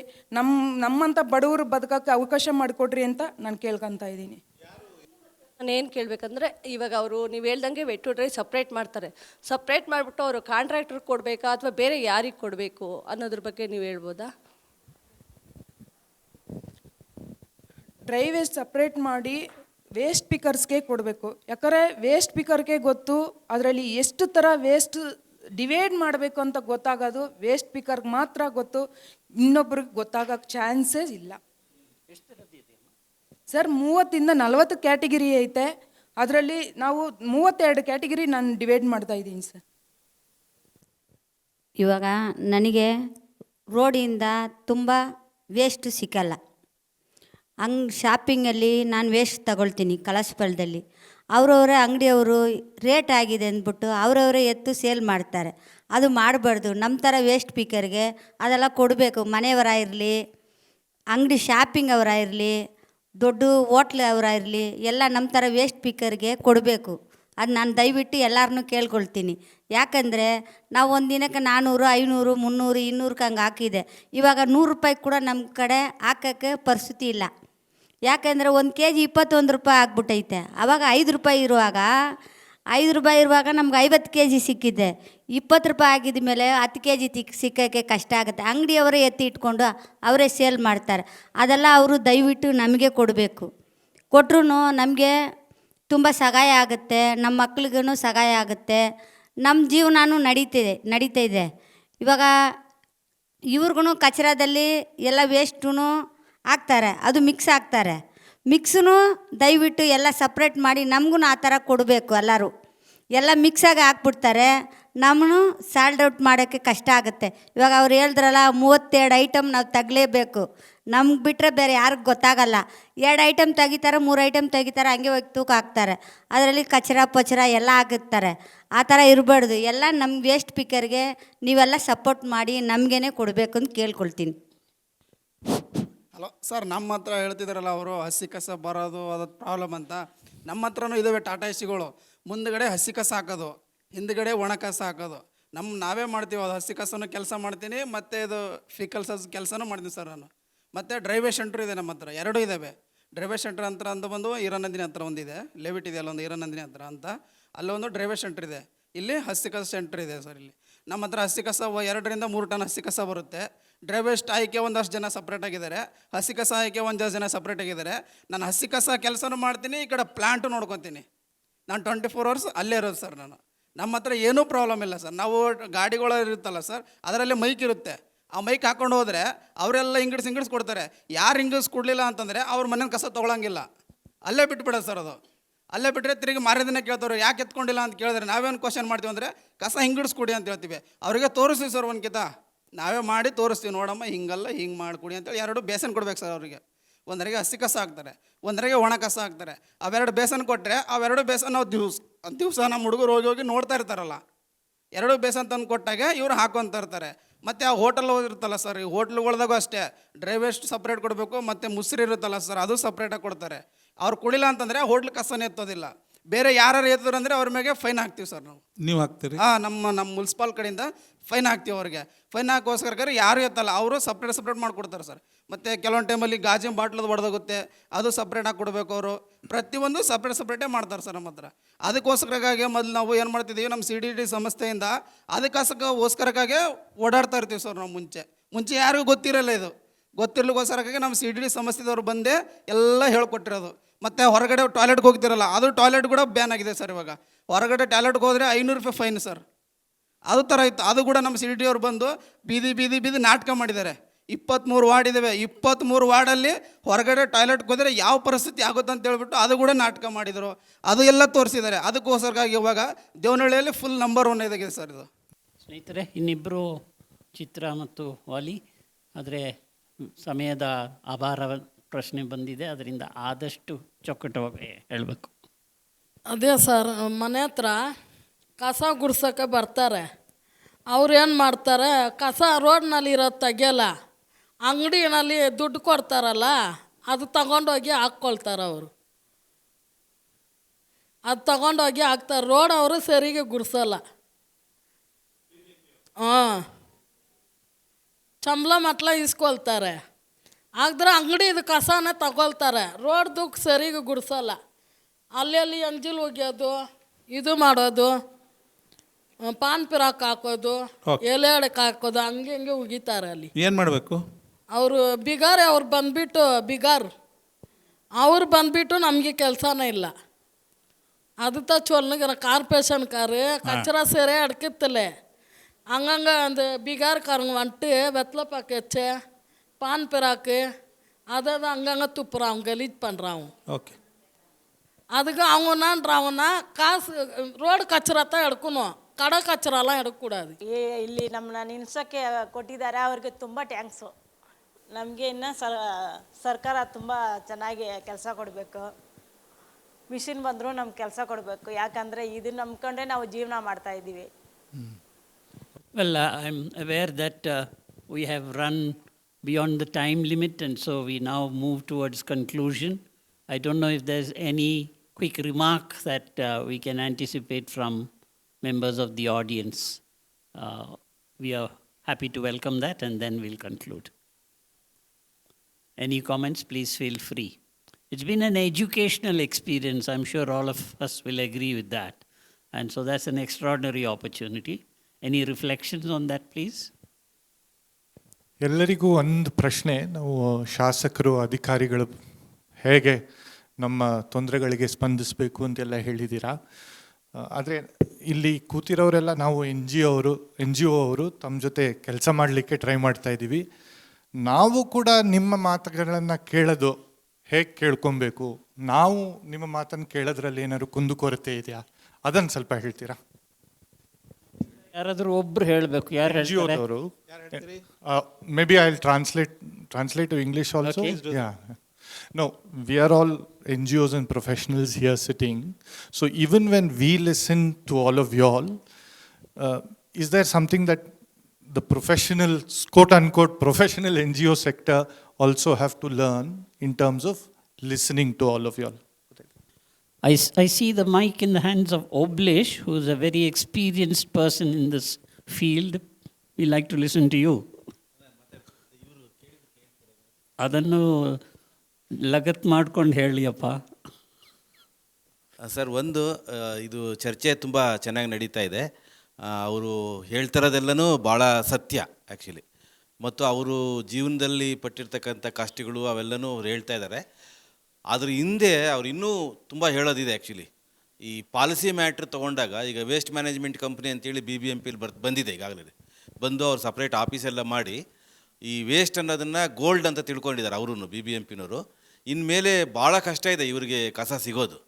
ಯಾಕಂದರೆ ಅವರು ಖಾಸಗಿ ಕಂಪ್ನಿಗಳಿಗೆ ಕೊಟ್ಬಿಟ್ಟು ಅದನ್ನು ಅವ್ರು ತೊಗೊಂಡು ಅವ್ರು ಸೆಗ್ರಿಗೇಷನ್ ಮಾಡಿಕೊಂಡು ಅವ್ರು ಮಾರ್ಕೊಂಡು ಅವರು ಹಣ ಮಾಡ್ಕೋಬೇಕು ಅಂತೇಳಿ ದೊಡ್ಡ ಕಂಪ್ನಿ ರಿಜಿಸ್ಟರ್ ಮಾಡಿದ್ದಾರೆ. BBMPಲಿ ತಮಗೆ ಗೊತ್ತಿರ್ಬೋದು, ಆಲ್ರೆಡಿ BBMP ವ್ಯಾಪ್ತಿಲಿ ಬರ್ತಾಯಿದೆ. ಅದು ಒಂದು ದೊಡ್ಡ ಷಡ್ಯಂತ್ರ. ಅದು ನಿಲ್ಲಬೇಕು. ಅದು ಈಗ ಏನಿದೆ, ಈಗ ಏನು ವೇಸ್ಟ್ ಪಿಕ್ಕರ್ಸು ಯಾರ್ಯಾರೆಲ್ಲ ಬೆಂಗಳೂರಿನಲ್ಲಿ ಇದ್ದಾರೆ, ಎಷ್ಟು ಜನ ಇದ್ದಾರೆ, ಅವರೆಲ್ಲರೂ ಬಡವರು, ಹಳ್ಳಿಗಳಿಂದ ವಲಸೆ ಬಂದಿರತಕ್ಕಂಥವ್ರು, ಬೇರೆ ಬೇರೆ ರಾಜ್ಯಗಳಿಂದ ಬಂದಿರತಕ್ಕಂಥ SC ST OBC ಕಮ್ಯುನಿಟಿಗಳು. ಅವ್ರ ಬದುಕುಗಳು ಇದ್ರ ಮೇಲೆ ನಿಂತಿದ್ದಾವೆ ಆ್ಯಕ್ಚುಲಿ. ಇವ್ರಿಗೆ ಏನಾದ್ರು ಸಿಕ್ಕಿಲ್ಲ ಅಂತಂದರೆ ಇವ್ರ ಬದುಕು ಮತ್ತೆ ಬೀದಿಗೆ ಬರುತ್ತೆ ಆ್ಯಕ್ಚುಲಿ. ಈಗ ಆಲ್ರೆಡಿ ಬೀದಿಲಿದ್ದಾರೆ. ಆ ಥರದ್ದು ಒಂದು ವಿಷಯ ಇದೆ ಸರ್. ಎರಡನೇದು, ಪೌರಕಾರ್ಮಿಕರ ವಿಷಯಕ್ಕೆ ಬಂದಾಗ ಪಾಲಿಸಿ ವಿಷಯದಲ್ಲಿ ಈಗ ಅವ್ರಿಗೆ ವಯಸ್ಸು ಎಷ್ಟಾಗಿದೆಮ್ಮ ನಿಮ್ಮದು? 45 ವರ್ಷ ಆದರೆ ಅವ್ರಿಗೆ ಪರ್ಮನೆಂಟ್ ಮಾಡಲ್ಲ ಅಂತೇಳಿ ರೂಲ್ಸ್ ಮಾಡಿದ್ದಾರೆ. 45 ವರ್ಷಕ್ಕೆ ಲಿಮಿಟ್ ಮಾಡಿದ್ದಾರೆ ಏಜ್ನ. ಆಮೇಲೆ ಅವ್ರಿಗೆ ಕೊಡ್ತಾ ಇರೋದು ಬರೀ 13,000 ರೂಪಾಯಿ ಅವರಿಗೆ ನೇರ ಪಾವತಿ ಅಂತೇಳಿ, ಡೈರೆಕ್ಟ್ ಪೇಮೆಂಟ್ ಅಂತೇಳಿ. ಪರ್ಮನೆಂಟ್ ವರ್ಕರ್ಸ್ಗೆ 38,000 ಸಂಬಳ ಕೊಡ್ತಾರೆ. ಅಂದರೆ ಸೇಮ್ ಜಾಗದಲ್ಲಿ ಸೇಮ್ ಕೆಲಸ ಸೇಮ್ ಜನ ಮಾಡ್ತಾರೆ. ಪರ್ಮನೆಂಟ್ನವರು, ನೇರ ಪಾವತಿಯವರು, ಗುತ್ತಿಗೆನವರು 3 ಜನ ಒಂದೇ ಥರ ಕೆಲಸ ಮಾಡ್ತಾರೆ. ಸ್ಯಾಲ್ರಿನಲ್ಲಿ ಇವರಿಗೆ ಬರೀ 13,000 ರೂಪಾಯಿ, ಅವ್ರಿಗೆ 38,000 ರೂಪಾಯಿ ಸಂಬಳ ಕೊಡ್ತಾರೆ. ರಜೆಗಳು ಕೊಡ್ತಾರೆ ಮತ್ತು ಬೇರೆ ಬೇರೆ ಸವಲತ್ತೆಲ್ಲ ಕೊಡ್ತಾರೆ. ಇವ್ರಿಗೆ ಯಾವ ಸವಲತ್ತೂ ಇಲ್ಲ. ನಾಳೆ ಬೆಳಿಗ್ಗೆ ರೋಡಲ್ಲಿ ಏನಾದ್ರು ಬಿದ್ದು ಕಾಲು ಗಾಯ ಆಗಿ ಆಕ್ಸಿಡೆಂಟ್ ಆಗಿ ಏನೇ ಆದ್ರೂ BBMPಲಿ ಏನೂ ಕೊಡೋದಿಲ್ಲ. ಆ ಥರದ್ದೇನೂ ಕೊಡೋಕ್ಕಿಲ್ಲ ಸರ್ಕಾರದಲ್ಲಿ, ಆ ಥರದ್ದೇನೂ ಇಲ್ಲ. ಆಮೇಲೆ ವೀಕ್ಲಿ ರಜೆನ ಒಂದು ದಿವಸ ಕೊಡಬೇಕು ಅಂತ ಲೇಬರ್ ಡಿಪಾರ್ಟ್ಮೆಂಟ್ ಆದೇಶ ಇದೆ. ಅದನ್ನು ಒಂದು ದಿವಸನ ಅರ್ಧ ಮಾಡಿ ವೀಕ್ಲಿ ಅರ್ಧ ದಿವಸ ಅಂತ ಕೊಟ್ಟು ಅದನ್ನು ಅದೇನೆಂದರೆ 10 o'clock ಮನೆಗೆ ಹೋಗಬೇಕು ಅಂತ ಹೇಳ್ತಾರೆ. ಬಟ್ 12 o'clockವರೆಗೂ ಮಾಡ್ತಾಯಿರ್ತಾರೆ, 11:30ವರೆಗೂ ಮಾಡ್ತಾಯಿರ್ತಾರೆ. ಅವ್ರು ಬಿಡೋದಿಲ್ಲ ಹೋಗೋಕ್ಕೆ. ಅವರು ಕೊರೋನಾ ಬಗ್ಗೆ ಹೇಳ್ತಾಯಿದ್ರು. ಕೊರೋನಾದಲ್ಲಿ ಎಲ್ಲ ಟ್ರಾನ್ಸ್ಪೋರ್ಟೇಷನ್ ಇಲ್ಲ, ಪಬ್ಲಿಕ್ ಟ್ರಾನ್ಸ್ಪೋರ್ಟೇಷನ್ ಇಲ್ಲ. ಅವ್ರು 6 ಗಂಟೆ ಕೆಲಸಕ್ಕೆ ಬರಬೇಕು. ಆಮೇಲೆ ವೇಸ್ಟ್ ಪಿಕ್ಕಿಂಗ್ ಮಾಡಬೇಕು, ಡೋರ್ ಟು ಡೋರ್ ಕಲೆಕ್ಷನ್ ಮಾಡಬೇಕು. ಯಾವ ಮನೇಲಿ ಕೊರೋನಾ ಪೇಷೆಂಟ್ ಇದ್ದಾರೆ, ಯಾವ ಮನೇಲಿ ಕೊರೋನಾ ಪೇಷೆಂಟ್ ಬಳಸಿರೋಂಥ ವಸ್ತು ಇದೆ ಬಿಸಾಕ್ತಾರೆ, ಅವ್ರಿಗೆ ಗೊತ್ತಿಲ್ಲ. ಎಲ್ಲ ಪೌರಕಾರ್ಮಿಕರು ತೆಗಿಬೇಕು ಅದನ್ನಷ್ಟೇ. ಅವರು 6 ಗಂಟೆ ಕೆಲಸಕ್ಕೆ ಬರಬೇಕಷ್ಟೇ. ಪಬ್ಲಿಕ್ ಟ್ರಾನ್ಸ್ಪೋರ್ಟ್ ಇಲ್ಲ, ಪರವಾಗಿಲ್ಲ ನೀವು ಬರಬೇಕು ಅಂತ ಹೇಳ್ತಾರೆ. ಆಮೇಲೆ ಹೆಲ್ತ್ ಡಿಪಾರ್ಟ್ಮೆಂಟಲ್ಲಿ ಅಡಿಷ್ನಲ್ ಪೇಮೆಂಟ್ ಕೊಟ್ಟಿದ್ದಾರೆ ಅವರಿಗೆಲ್ಲ, ಬೇರೆ ಹೆಲ್ತ್ ಸ್ಟಾಫ್ಗೆಲ್ಲ. ಬೇರೆ ಬೇರೆ ಪೊಲೀಸ್ ಡಿಪಾರ್ಟ್ಮೆಂಟಲ್ಲಿ ಎಲ್ಲ ಕಡೆ ಕೊರೋನಾ ಡ್ಯೂಟಿ ಮಾಡೋದಕ್ಕೆ ಅಡಿಷ್ನಲ್ ಪೇಮೆಂಟ್ ಕೊಟ್ಟಿದ್ದಾರೆ. ಇವ್ರಿಗೆ ₹1 ಅಡಿಷ್ನಲ್ ಪೇಮೆಂಟ್ ಕೊಟ್ಟಿಲ್ಲ. ಇವ್ರನ್ನ ಸುಮ್ಮನೆ ಕೊರೋನಾ ವಾರಿಯರ್ಸ್ ಅಂತ ಮಾಡಿ ಇದು ಮಾಡಿಬಿಟ್ರು. 33 ಜನ ಕೋವಿಡ್ನಲ್ಲಿ ಬೆಂಗಳೂರಿನಲ್ಲಿ ಸತ್ತೋಗಿದ್ದಾರೆ ಪೌರ ಕಾರ್ಮಿಕರು. ಇದು ಏನು ಪ್ರಧಾನಮಂತ್ರಿ ಗರೀಬ್ ಕಲ್ಯಾಣ್ ಯೋಜನೆಯಲ್ಲಿ 30 ಲಕ್ಷ ಕೊಡಬೇಕು ಅಂತೇಳಿ ಸ್ಕೀಮ್ ಇತ್ತು. ಆ ದುಡ್ಡು BBMPಲಿ ಇನ್ನೂ ಕೊಟ್ಟಿಲ್ಲ ಅವ್ರಿಗೆ. ಯಾಕೆ ಕೊಟ್ಟಿಲ್ಲ ಅಂತಂದರೆ, ಅದೇನೋ ಸೆಂಟ್ರಲ್ ಗೌರ್ಮೆಂಟ್ದು ಇನ್ನೊಂದು 20 ಲಕ್ಷ ಬರುತ್ತೆ, 50 ಲಕ್ಷ ಸೇರಿಸಿ ಕೊಡ್ತೀವಿ ಅಂತೇಳಿ 2 ವರ್ಷ ಆಯಿತು, ಇನ್ನೂ ಕೊಟ್ಟಿಲ್ಲ. ಅವರು ಕೊಡೋದಿಲ್ಲ, ಇವರು ಕೊಡೋದಿಲ್ಲ. ಸೊ ಈ ಥರ ಭಾಳನೇ ಪ್ರಾಬ್ಲಮ್ಮು ಬರ್ತಾಯಿದೆ. ನಮಗೆ ಪಾಲಿಸಿ ಲೆವೆಲಲ್ಲಿ ತುಂಬ ತೊಂದರೆ ಆಗ್ತಾಯಿದೆ. ಮತ್ತು ಮೊನ್ನೆನೂ ಅಸೆಂಬ್ಲಿಲಿ ಚರ್ಚೆ ಆಗಿದೆ, ಇವ್ರನ್ನ ಕಾಯಂ ಮಾಡಬೇಕು ಅಂತೇಳಿ. ನಾವು ಕೇಳ್ತದೆ ಕಾಯಂ ಮಾಡಿ ನೀವು ಅಂತೇಳ್ಬಿಟ್ಟು. ಬಟ್ ಕಾಯಂ ಮಾಡೋಕ್ಕೆ ಇಲ್ಲಿ ಏನೂ ಥರ ರೂಲ್ಸ್ ಇಲ್ಲ, ಯಾವುದೇ ಥರ ನಿಯಮ ಇಲ್ಲ. ಸೊ ಹಂಗಾಗಿ ಪೌರಕಾರ್ಮಿಕರ ಹುದ್ದೆಗಳು ಸಹ ಈಗ ಆಲ್ರೆಡಿ ಮೊನ್ನೆ ಹೋದ ವರ್ಷ ಅರ್ಬನ್ ಡೆವಲಪ್ಮೆಂಟ್ನವರು ಒಂದು ಸರ್ಕ್ಯುಲರ್ ಹೊರಡಿಸಿದ್ದಾರೆ. ಬರ್ತಾ ಬರ್ತಾ in future we are going to make a mechanisation system for sweeping. So we are not going to recruit ಪೌರಕಾರ್ಮಿಕಸ್ ಆ್ಯಸ್ ಪರ್ ದ ಪಾಪ್ಯುಲೇಷನ್ ಅಂತ ರೂಲ್ಸ್ ಮಾಡಿಬಿಡ್ತಾರೆ. ಅಂದರೆ ಈಗೇನು 19,000 ಜನ BBMPಲಿದ್ದಾರೆ, 54,000 ಜನ ಆಲ್ ಓವರ್ ಕರ್ನಾಟಕ ULBಗಳಲ್ಲಿದ್ದಾರೆ. ಅಲ್ಲಿಗೆ ನಾವು ಸ್ಟಾಪ್ ಮಾಡ್ತೀವಿ, ಮೆಕನೈಸ್ ಸಿಸ್ಟಮ್ ತರ್ತೀವಿ, ಸ್ವೀಪಿಂಗ್ ಮಿಷನ್ ತರ್ತೀವಿ ಅಂತಕ್ಕಂಥ ಒಂದು ಪಾಲಿಸಿನ ತರ್ತಾ ಇದ್ದಾರೆ. ಸೊ ಈ ಥರ ಮಾಡ್ಕೊಂಡು ಹೋಗ್ತಾಯಿದ್ರೆ 50 ವರ್ಷ, 20 ವರ್ಷ, 15 ವರ್ಷ ಕಸ ಗುಡಿಸಿ ಚರಂಡಿ ತೊಳೆದು ಕಕ್ಕಸ್ ತೊಳೆದಿರ್ತಕ್ಕಂಥ ಜನರಿಗೆ ಏನು ನ್ಯಾಯ? ಈ ಥರದ ಚಾಲೆಂಜಸ್ ಎಲ್ಲ ಇದಾವೆ ಸರ್ ಇದರಲ್ಲಿ. ಇದ್ರ ಬಗ್ಗೆ ನಾವೆಲ್ಲರೂ ಚರ್ಚೆ ಮಾಡಬೇಕಾಗಿದೆ. ಇದು ಗೌರ್ಮೆಂಟು ತೀರ್ಮಾನ ಮಾಡಬೇಕಾಗಿದೆ, ಗೌರ್ಮೆಂಟ್ ಪಾಲಿಸಿ ಮಾಡಬೇಕಾಗಿದೆ. ಇನ್ನೊಂದು, ನಾವು 2019-20 ನ್ಯಾಷನಲ್ ಲಾ ಸ್ಕೂಲ್ ಮೂಲಕ ಒಂದು ಅಧ್ಯಯನ ಮಾಡಿದ್ದೀವಿ ಪೌರಕಾರ್ಮಿಕರ ಬಗ್ಗೆ ಮತ್ತು ಸ್ಕ್ಯಾವೆಂಜರ್ಸ್ ಬಗ್ಗೆ. ಪೌರಕಾರ್ಮಿಕರನ್ನ ಅಂದರೆ ಸಫಾಯಿ ಕರ್ಮಚಾರಿಗಳನ್ನ, ಸ್ಯಾನಿಟೇಷನ್ ವರ್ಕರ್ಸ್ನ ಯಾವುದೇ institute including government and private recruitment ಮಾಡ್ಕೊಳ್ಳೋದಕ್ಕೆ, ಅವರಿಗೆ ಸ್ಯಾಲ್ರಿ ಕೊಡೋದಕ್ಕೆ ಅಥವಾ ಅವ್ರನ್ನ ಸೇಫ್ಟಿ ಆ್ಯಂಡ್ ಹೆಲ್ತ್ನೆಸ್ ನೋಡ್ಕೊಳ್ಳೋದಕ್ಕೆ ಯಾವುದೇ ಥರ ರೂಲ್ಸ್ ಇಲ್ಲ ಗೌರ್ಮೆಂಟಲ್ಲಿ. ಯಾರು ಬೇಕಾದ್ರೂ ನೇಮಕ ಮಾಡ್ಕೋಬೋದು, ಎಷ್ಟು ಬೇಕಾದ್ರೂ ಕೊಡ್ಬೋದು, ಯಾವಾಗ ಬೇಕಾದ್ರೂ ತೆಗೆದಾಕ್ಬೋದು, ಏನು ಬೇಕಾದ್ರೂ ಮಾಡ್ಬೋದು. ಸೊ ಒಂದು ಪಾಲಿಸಿ ಮಾಡಿ ಗೌರ್ಮೆಂಟ್ ಲೆವೆಲಲ್ಲಿ ಅಂತ ನಾವು ಕೇಳ್ತಾ ಇದ್ದೀವಿ. ಗೌರ್ಮೆಂಟ್ ಇನ್ನೂ ತಯಾರಿಲ್ಲ ಮಾಡೋಕ್ಕೆ. ಅದು ನ್ಯಾಷನಲ್ ಲಾ ಸ್ಕೂಲ್ ಸ್ಟಡಿನೇ ಇದೆ, ಅದು ನೀವು ಮಾಡಿಕೊಡಿ ಅಂತೇಳ್ಬಿಟ್ಟು ಇದುವರೆಗೂ ಏನೂ ಇಲ್ಲ. ಇವತ್ತು ಬೆಳಗ್ಗೆ ಹೋದರೆ ಇವರು ಆ ಹೆಲ್ತ್ ಇನ್ಸ್ಪೆಕ್ಟ್ರು, ಎನ್ವೈರ್ನ್ಮೆಂಟ್ ಇಂಜಿನಿಯರ್ ಅಂತ ಇದ್ದಾರೆ, ಅವರ ಹಿಂಸೆಗೆ ತಟ್ಕೊಳ್ದೇನೆ ಎಷ್ಟೋ ಜನ ಸಾಯ್ತಾ ಇದ್ದಾರೆ. ಆ್ಯಕ್ಚುಲಿ ಸೂಸೈಡ್ ಮಾಡ್ಕೊಂಡು ಸತ್ತಾರೆ ಬೆಂಗಳೂರಿನಲ್ಲಿ. ನಿಮಗೆಲ್ಲ ಗೊತ್ತಿರ್ಬೋದು, 3 years back one Subramani was died suicide. ಅಷ್ಟು ಹಿಂಸೆ ಕೊಡ್ತಾರೆ. ಒಂದು ಕಡೆ ಕಾಸ್ಟ್ ಡಿಸ್ಕ್ರಿಮಿನೇಷನ್, ಇನ್ನೊಂದು ಕಡೆ ವಿಮೆನ್ ಡಿಸ್ಕ್ರಿಮಿನೇಷನ್, ಇನ್ನೊಂದು ಕಡೆ ಆಕ್ಯುಪೇಷನಲ್ ಡಿಸ್ಕ್ರಿಮಿನೇಷನ್. ಯಾವ ಹೋಟ್ಲಲ್ಲೂ ಇವ್ರಿಗೆ ಕರೆದು ಯಾರೂ ಟೀ ಕೊಡೋದಿಲ್ಲ, ಕಾಫಿ ಕೊಡೋದಿಲ್ಲ, ತಿಂಡಿ ಕೊಡೋದಿಲ್ಲ.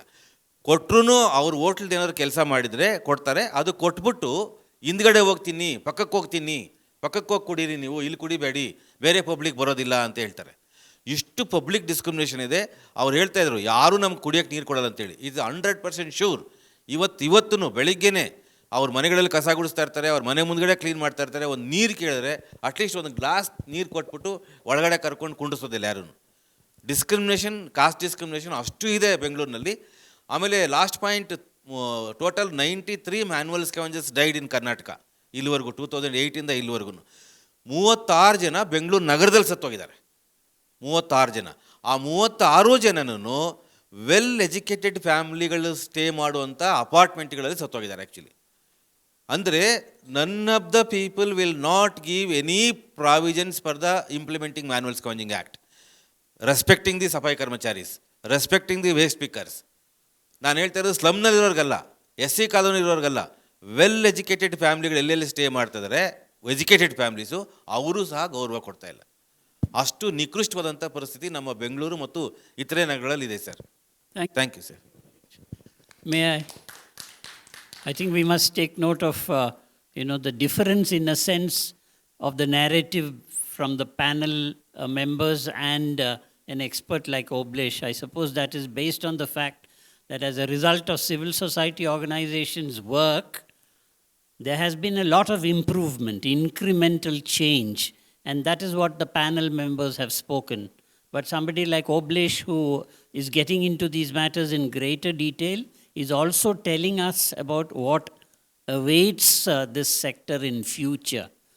And it's a destruction of all the incremental progress that has been made, which lies ahead. Yeah. Thank you, friends, for this extraordinarily valuable interaction. And I must certainly put on record our appreciation to the Alliance of Indian Waste Pickers, led by Kabir and his team. And then, of course, the Indian Institute of Human Settlements, who have made this facility available and have more than the facility, made this event, this program happen. And of course, there is Hasirudala, which has been a major contributor to positive work in the city. Many people don't like positive work in the city, no? So they must be planning very hard how to destroy the gains of Hasirudala. So it is in that context, for lack of time, we won't get into other issues. But as a person from a law background, I just want to pick up one issue, and that is in the narrative that we heard, including especially the last intervention, there's violation of constitutional principles. A leading principle is that there must be equal wage for equal work. It's a fundamental right laid down in the Constitution. We have started violating that. We were just now speaking of what is also recognized as the two-glass system. Two-glass system means you keep one glass outside the hotel, and if you are from an untouchable category, then tea will be poured into that glass. You can't enter the restaurant and drink along with the others. That's a violation of Article 17 of the Constitution, which abolished untouchability long ago. So in that sense, we are up against a hugely disadvantageous position in the days to come. But we cannot become cynical about it. I think this forum has taught us that constructive work is extremely important. I want to use this opportunity, especially taking a clue from Oblesh and from others who have participated. Maybe, all those who have organized this, how do we reach out to a few more institutions in the city?